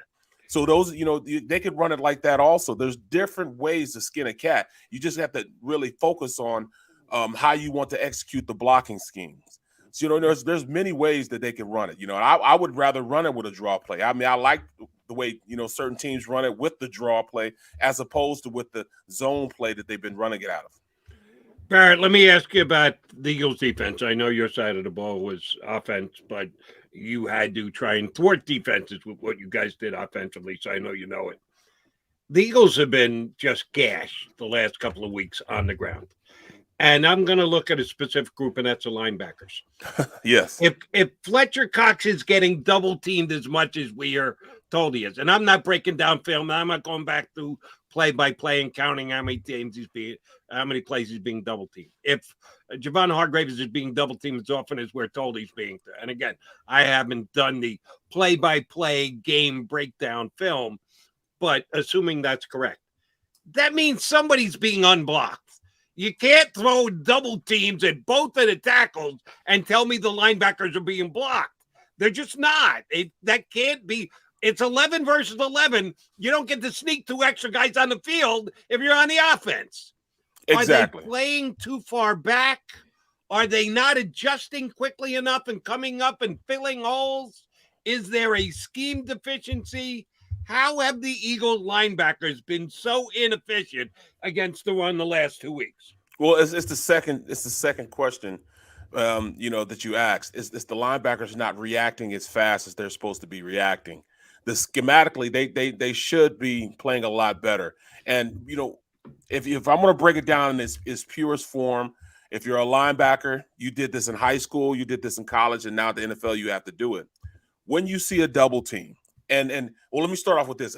When linebackers read at the most primal way they're supposed to play, when they're reading a play, if you have a double team, if your gap is within that double team, you have to go initiate contact with the guard, get that guard off. That means you have a linebacker that's one-on-one with a block and a defensive lineman that's one-on-one with a block.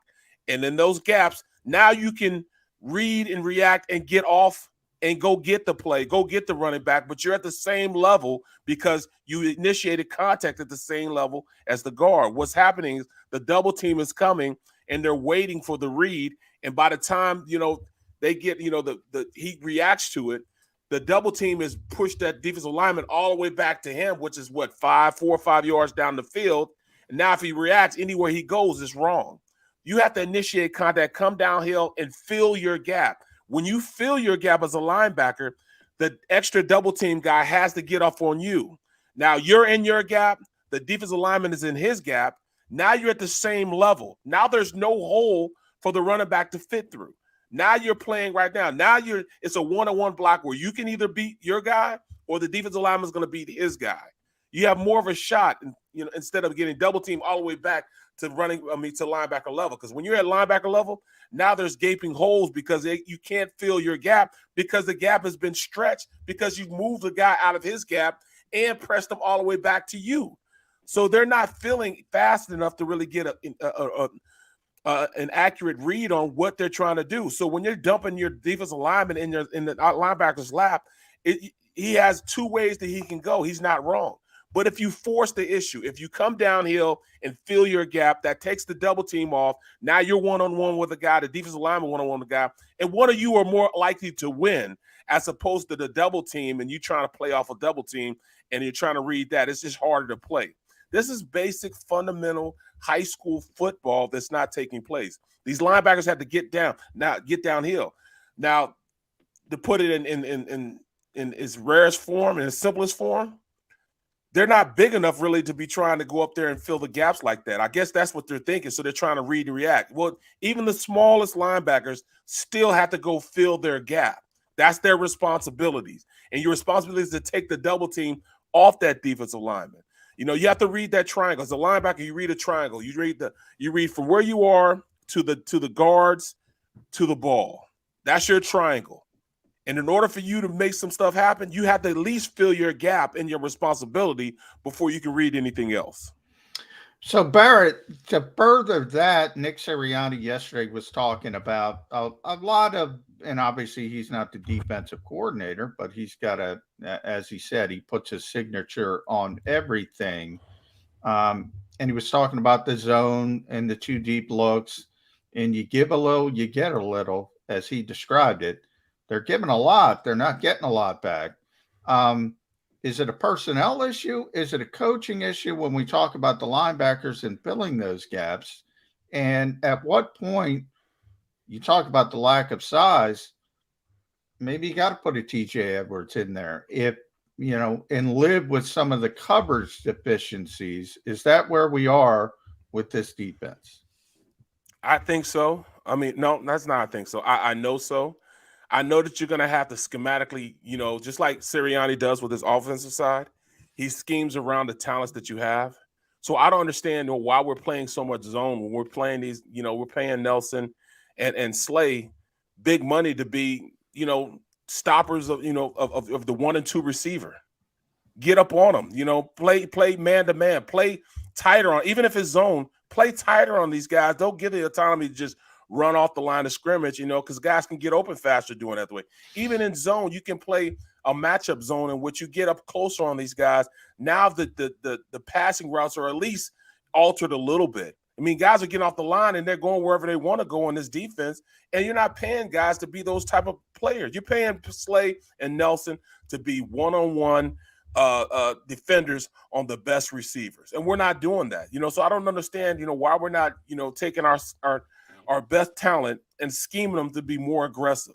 You can do that now. Back, last year, they didn't have the guys to do that. They have DBs now that can do it.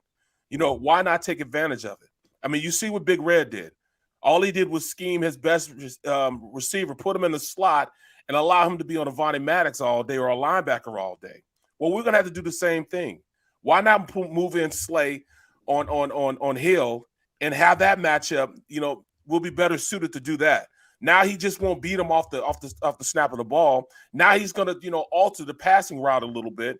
Now you're in a better position to maybe rally around or maybe even double team a guy like that. We're just not doing things schematically on the defensive side of the ball that I thought we were going to do. I thought we were going to be more aggressive, send more blitz. We're not doing that either. So you have the personnel to do it. Why not go ahead and start doing it? Barrett, need your perspective on this as a former offensive lineman, because you should have a different yet insightful perspective. The Eagles quarterback, for varying reasons, has rolled to his left a bunch in the first 4 games. I get it as a right-handed quarterback. There is an upside to rolling to your left, that being the defense isn't looking for it. They believe a right-handed guy is going to roll right more than he's going to roll left. But it is more difficult. There's a reason why the defense does it, because it's more difficult to stop, plant, throw, takes away a percentage of the field. And they've come out with him going left. Some designed, more Jalen evading a rush and deciding to go left. It hasn't worked well. Now you've got guys like Aaron Rodgers and Patrick Mahomes, who was here in the link the other day, who can do that, who can pull that off, who can roll left and still have the gun to be able to make that play. I'm not sure Jalen does. How do you correct that? How do you just get away from that? Nick Sirianni can certainly call last plays and go, yeah, we know. We might have an extra second because the defense isn't going to be able to react because they're not looking for it. But if Jalen can't make the pass, it doesn't matter. That extra second becomes irrelevant. Do you have to get in Jalen's ear and say, listen, when you're avoiding, still try and get either up into the pocket or go right. Don't go left. He's done a lot of sprinting out to the left, and it hasn't worked. How do you correct that, Barrett? I think it might just be more of a comfort thing. I think he was more comfortable. This last game, I think they were just more comfortable with the way Dillard was playing. And I had it a lot to do when I was playing. When you have a quarterback that's right-handed and he believes in his left tackle, you tend to lean towards a guy that you believe in more so than you go to a guy. Spoken like a true left tackle. I can guarantee you. That's why this guy feels that way, because that's the position he played. Yeah, exactly. So I think he felt more comfortable with Dillard and his ability to really latch on to his guy as opposed to going to the other side, where you had a guy that he hadn't really been there. He had just came off IR. And at that point, you're asking him to really be, really go out there and play, that in a way in which, he was solid. And he hadn't been there. Jack Driscoll, he had just come off IR. So I think he was more fading to that side because he was more comfortable with Dillard. Dillard was there for the past 2 games, and that comfortability allowed him to kind of, fade over to that left side a little more. And then it just so happened that, if the rush was coming, the guy in front of him was on his right side, and that's why he would try to move to his left a lot more. I think that's just a comfort thing for, most quarterbacks. You look at, Ty Detmer, he used to fade to his left all the time. Rodney Peete didn't fade. Rodney Peete wasn't going anywhere. He just stayed right there in the middle. But then I had RC also, Randall Cunningham. He would fade to his right a little bit, And it's just, it's just something that some quarterbacks just do unconsciously. And it hurts you as a left tackle, sometimes.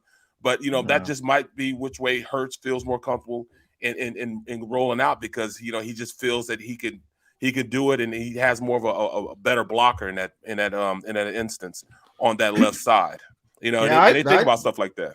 I think it's a positive because I think you're right, Barrett. Quarterbacks have that DNA where, and I think Jalen's DNA is to flush right a little bit too early, as opposed to climb the pocket. Yep. Which I think would be, but that's a tough habit to break. So if you're going the opposite direction, I think that's a positive, at least from a general sense. But let's talk about the quarterback because everybody week 1, he's a superstar. Week 2, cut him. Week 3, he's not good enough. Week 4, I threw for 387 yards. He's great again. Why are we in this constant EKG state with these large swings up and down? Guy's playing pretty well. I don't think the Eagles have a great team around him. He's performing pretty well. My question is a bigger picture one. Howie Roseman, Jeffrey Lurie, do they want this type of offense? We were talking RPOs. Do they want this type of offense? I don't think they do. You're right, man. Long term, I don't see as something that this ownership wants to do. That they want a pure drop back passer. They want a Carson Wentz type of player. They want a guy that's going to sit back and like Tom Brady and push the ball down the field. This isn't the type of offense that you're going to have with that, And I heard you guys talking earlier about Frank Wright and his ability to customize offenses around the people that he has, the quarterbacks that he has, and that's exactly what the case is with Nick Sirianni. He's going to run an offense that's more suited to his skill set. At this point, he hadn't have time to really make the ownership happy and have him sit back and be a drop back quarterback because they will not have any success if they force him to do that. They're going to have to move him around a little bit because he's more comfortable with doing that. And if they don't, he's going to do it on his own. So he's either, coach this guy up and get him in a system in which would help him be successful, or he's going to do it himself and make his own self successful and try to push the ball down the field by moving around in the pocket and not getting his head kicked in if the pocket collapses. You're going to see that happening. As for, running an offense that's more customized around Jalen Hurts, you're going to have to cut the field in half. He's still a young quarterback. And that's not a knock on him because it takes a lot of quarterbacks a longer time to develop being a pocket passer. Everybody think, look at Steve Young. Steve Young was not a pocket passer. He's a guy that moved around. They customized an offense around him by running waggle protections, pulling the backside guard, by running sprint right option, which is the best play in football. He's one of the guys that started really running it for him, but he's a lefty, so the sprint left option. Those are all plays in which help him become a better quarterback because you had to customize an offense around him. Just because of Steve was a lefty, sprint left option, they devised a play where they run sprint left instead of sprint right. Those are all things that you're trying to help your player be the best that he can be by running an offense that's customized around him. And we as a fan base have to understand this is only Jalen's 8th game that he started. He's essentially a rookie. And then you have a rookie coaching staff, not just head coach, but coaching staff. And you're asking him and the rest of these guys to run an offense they just learned in the past, 2 months? This isn't something that just comes as natural as people think it is. It's tough, trying to deal with a situation like this. It's not like, when the head coach from Green Bay just came in and they won 13 games. They had an all-star quarterback back there. This is a young quarterback. So he's going to have to learn. He's been successful at every level he's been in, but it's just going to take a while. Will he have that time to go out and be learn the system and grow? We don't know because we don't know what's going to go on with how this coaching staff and his ownership is going to want him to be the guy. We don't know if he's going to be the guy or not. But, hey, give him an opportunity to at least show you what he can have. And I think that's what Nick Sirianni is allowing him to do, trying to build to his strengths to get some kind of success with him. Barrett, let me zero in on this weekend's opponent, the Carolina Panthers. Andy Reid set a record this week, first ever coach to go 100 wins with 2 different organizations. Tip the cap to Big Red on that one. But there was another all-time NFL record set this past weekend as well. And I had no idea that was the case. The quarterback of the Carolina Panthers, Sam Darnold, got 2 more rushing touchdowns, which gave him 5 in the first 4 weeks in the National Football League season. No other quarterback had ever done that before. not Randall Cunningham, not Mr. Jackson down in Baltimore, not Steve Young. Roll out every other great running quarterback you ever want to think of. None of them had ever run for 5 touchdowns in their first 4 games in any season. Sam Darnold did. I'm not saying it makes him the greatest rushing quarterback of all time. It makes him a weapon at this time.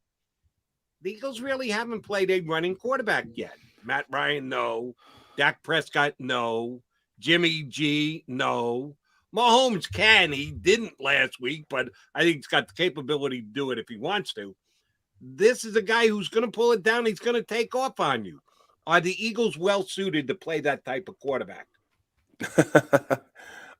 No, because we can't stop the run. So it's definitely something that we got to look at. At this point, Matt Rule, he understands what he has as far as an offense, and having Sam Darnold there, he was a drop back quarterback at USC, but understanding that he's running for his life back there. A lot of the times that he's running, now they're starting to run plays for him.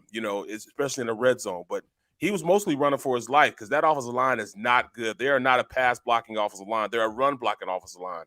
Hence, that's why Christian McCaffrey and all those guys, Chuba Hubbard, Royce Freeman, all those guys are good running backs because that offensive line are built to run the ball.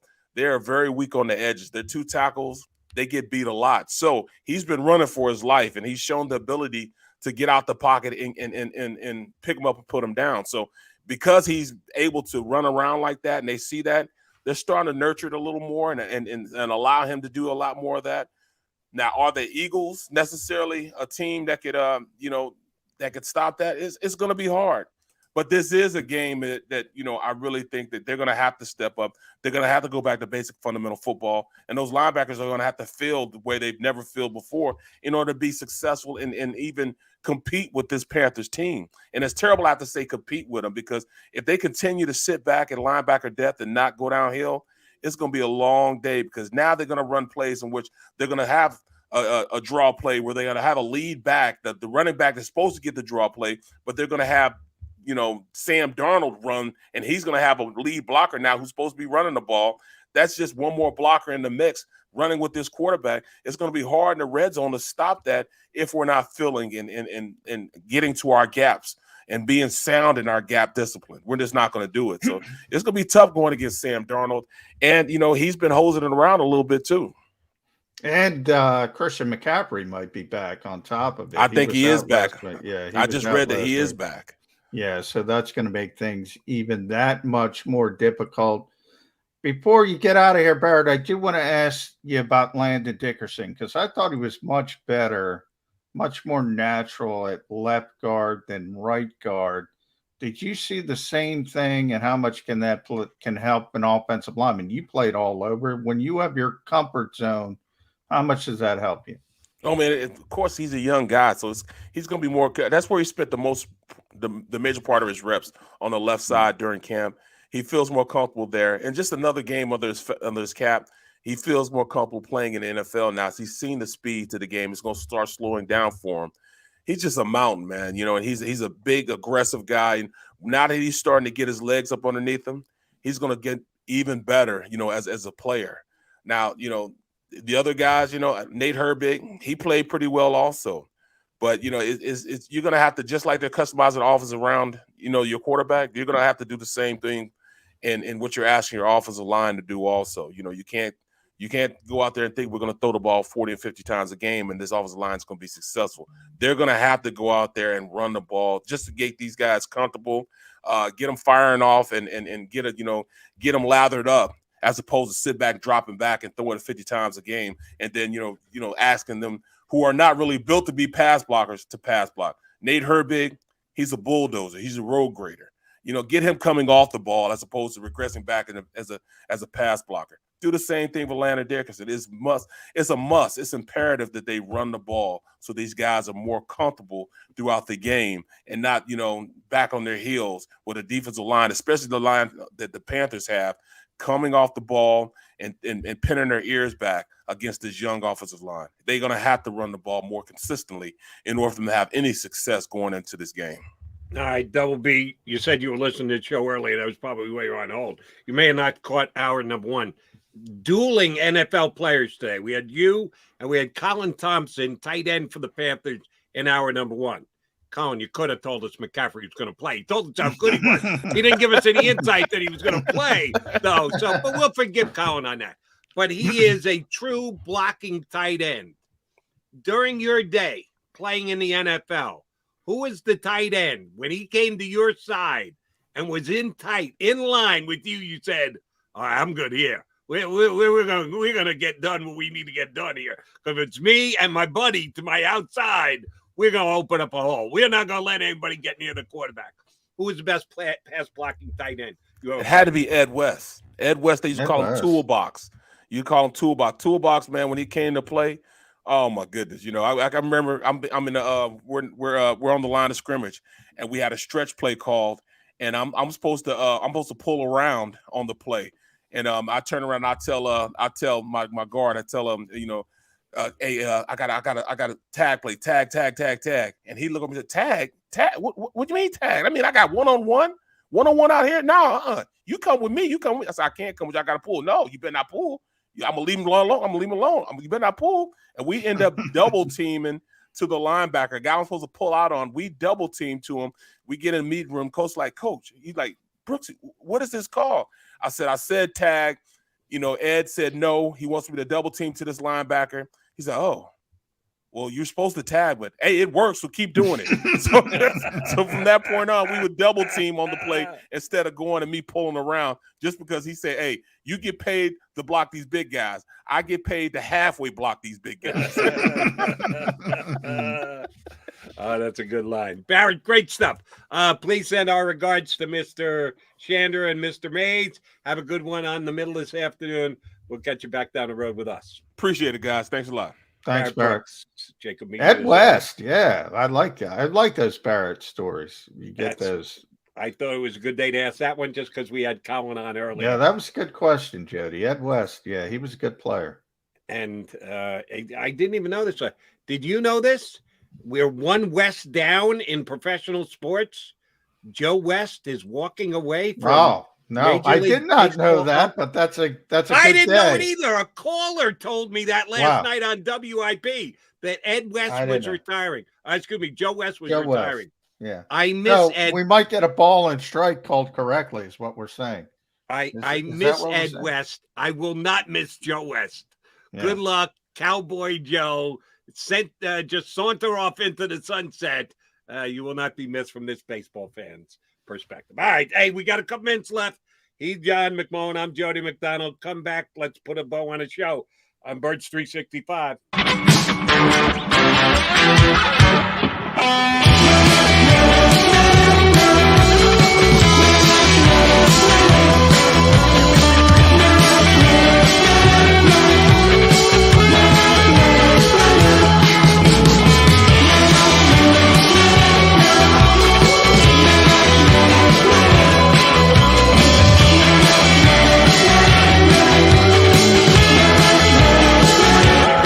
At Stateside Vodka, every new customer gets the world's best rocks glass, free. What's that? A rocks glass? You're telling me that bottle is cut in half? You could say that. Holy shit. And you're telling me I can get one of these glasses for free? That's right. One free rocks glass per customer with each first-time purchase of Stateside Vodka. So good, it just disappears.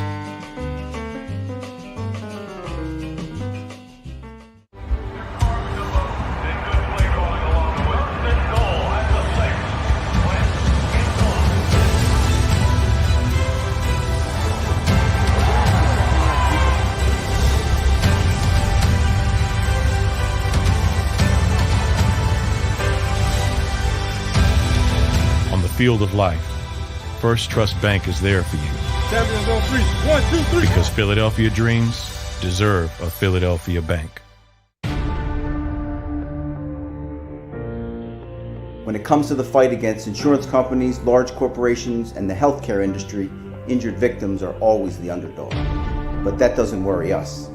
At Messon Associates, we're an injury law firm from Philadelphia, and we come to fight.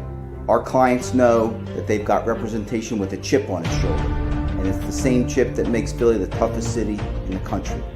Call 215-568-3500 or visit us online at messalaw.com. Messa & Associates, the toughest injury firm in Philadelphia. Go for the midnight dares. Go for the game. Go for the hits. Go for the fans.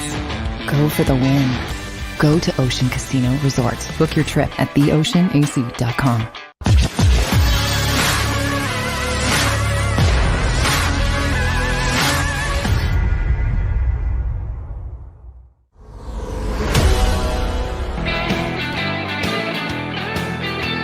Wrapping up another edition of Birds 365. I write it down. A 127. Did you know we were up that high, John? No, we haven't said it for a while. You're haven't. the official bookkeeper of this show. I write it down on the top of my show sheet every single day. What show number we're up to. And we are up to 127. Doesn't it? Time's flying right by with you and me, McMullen. Yeah. I would say more like 12. You could just take the 7 off the back end and be our 12th show. No. And I think 126 and a half have been really good. I give us a little what wiggle was room. the bad half? I give us a little wiggle room. I don't remember, but I got to give a little wiggle room. No, you killed me. That's funny as all hell. All right, so we got less than a half a show. We got a half of a 10-minute block here to wrap up. What Eagle availability do you have today, Johnny McCaffrey? Today is coordinator day, so Jonathan Gannon has to take his lashes for that performance against the Kansas City Chiefs. He'll obviously be the main event. You know, Shane Steichen doesn't give us much anyway. Michael Clay, the special team, he didn't have to do anything. The punters weren't out there. There are some questions about the kickoff return, and as you mentioned earlier this week, Wes Yesterday, Watkins, Wes, not good. So some things to answer for Michael Clay as well, but coordinator day, and it's live. It's not virtual. So that means I got to drive my. Okay. Make sure you got your easy pass to get over the bridge. Yeah. Here's a question that I would ask, and feel free to just completely disregard it because you got to ask your own question if they call your name. And I know maybe you don't even ask a question because you know what the answer is going to be. I have some concerns about the whole process of calling plays with the Philadelphia Eagles. That Sirianni calls it quickly, that it gets sent to Steichen, and then Steichen gets it into Jalen Hurts. Had the play inside the red zone early on, little slow getting it in. What are they going to do? Call a timeout, take the delay of game, go for the field goal, not go for the field goal. That turned into a mess. And I'm sure there was some blame to go around for all involved parties. The head coach calling the play, the offensive coordinator relaying the play, and the QB running the play and getting it to the line of scrimmage.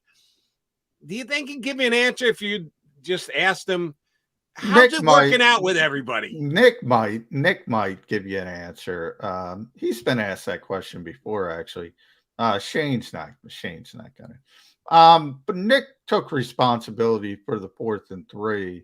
He got the play in late.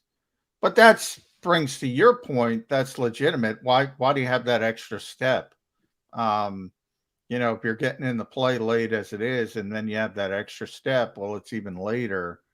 I don't know. Maybe wants to keep the offensive coordinator involved. He says there's a comfort level between Jalen Hurts and Shane. Maybe it's just that's the comfortability factor.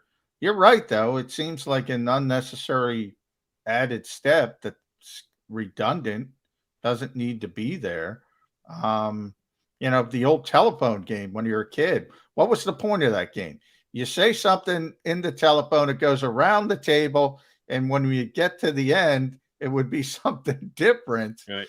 The more people you have involved in that process, the more moving parts there are to make a mistake. I think you bring up a valid point. And I'm okay with it if it works. But when you start to have to question it because it seems somewhere along the line, the telephone line, there was a drop off, well, then you got to take steps and you got to minimize things, and you got to shrink it down a little bit. So that's why I would want the answer to that question. Not that I would know that I was going to get it, but it would be something worth trying to look into. All right, J-Mac, we'd be out of time. Are you going to be ready for show number 128 tomorrow? 128. I'll be here at 8 in the morning, but you will have Jeff Kerr. It is back to COVID testing on Wednesday. Oh, you're COVID tomorrow? I am COVID tomorrow. I didn't know that. Yeah, it kind of. Hopefully, I'm not COVID tomorrow, but I am COVID testing tomorrow. It's a moving target. Sometimes it's Wednesday, sometimes it's Thursday. So I'm going to see your smiling face at 8 o'clock as a guest on the Birds 365 8 o'clock with a guest, and then you already have a. Who do we got at 9:20 tomorrow? 9:20 tomorrow. Clark we Judge, got I believe. Clark Judge, correct. Yeah. Clark will be on with us tomorrow with myself and Jeff Kerr. And for those of you who don't know, John McMullen will be joining the show at 7:59:55.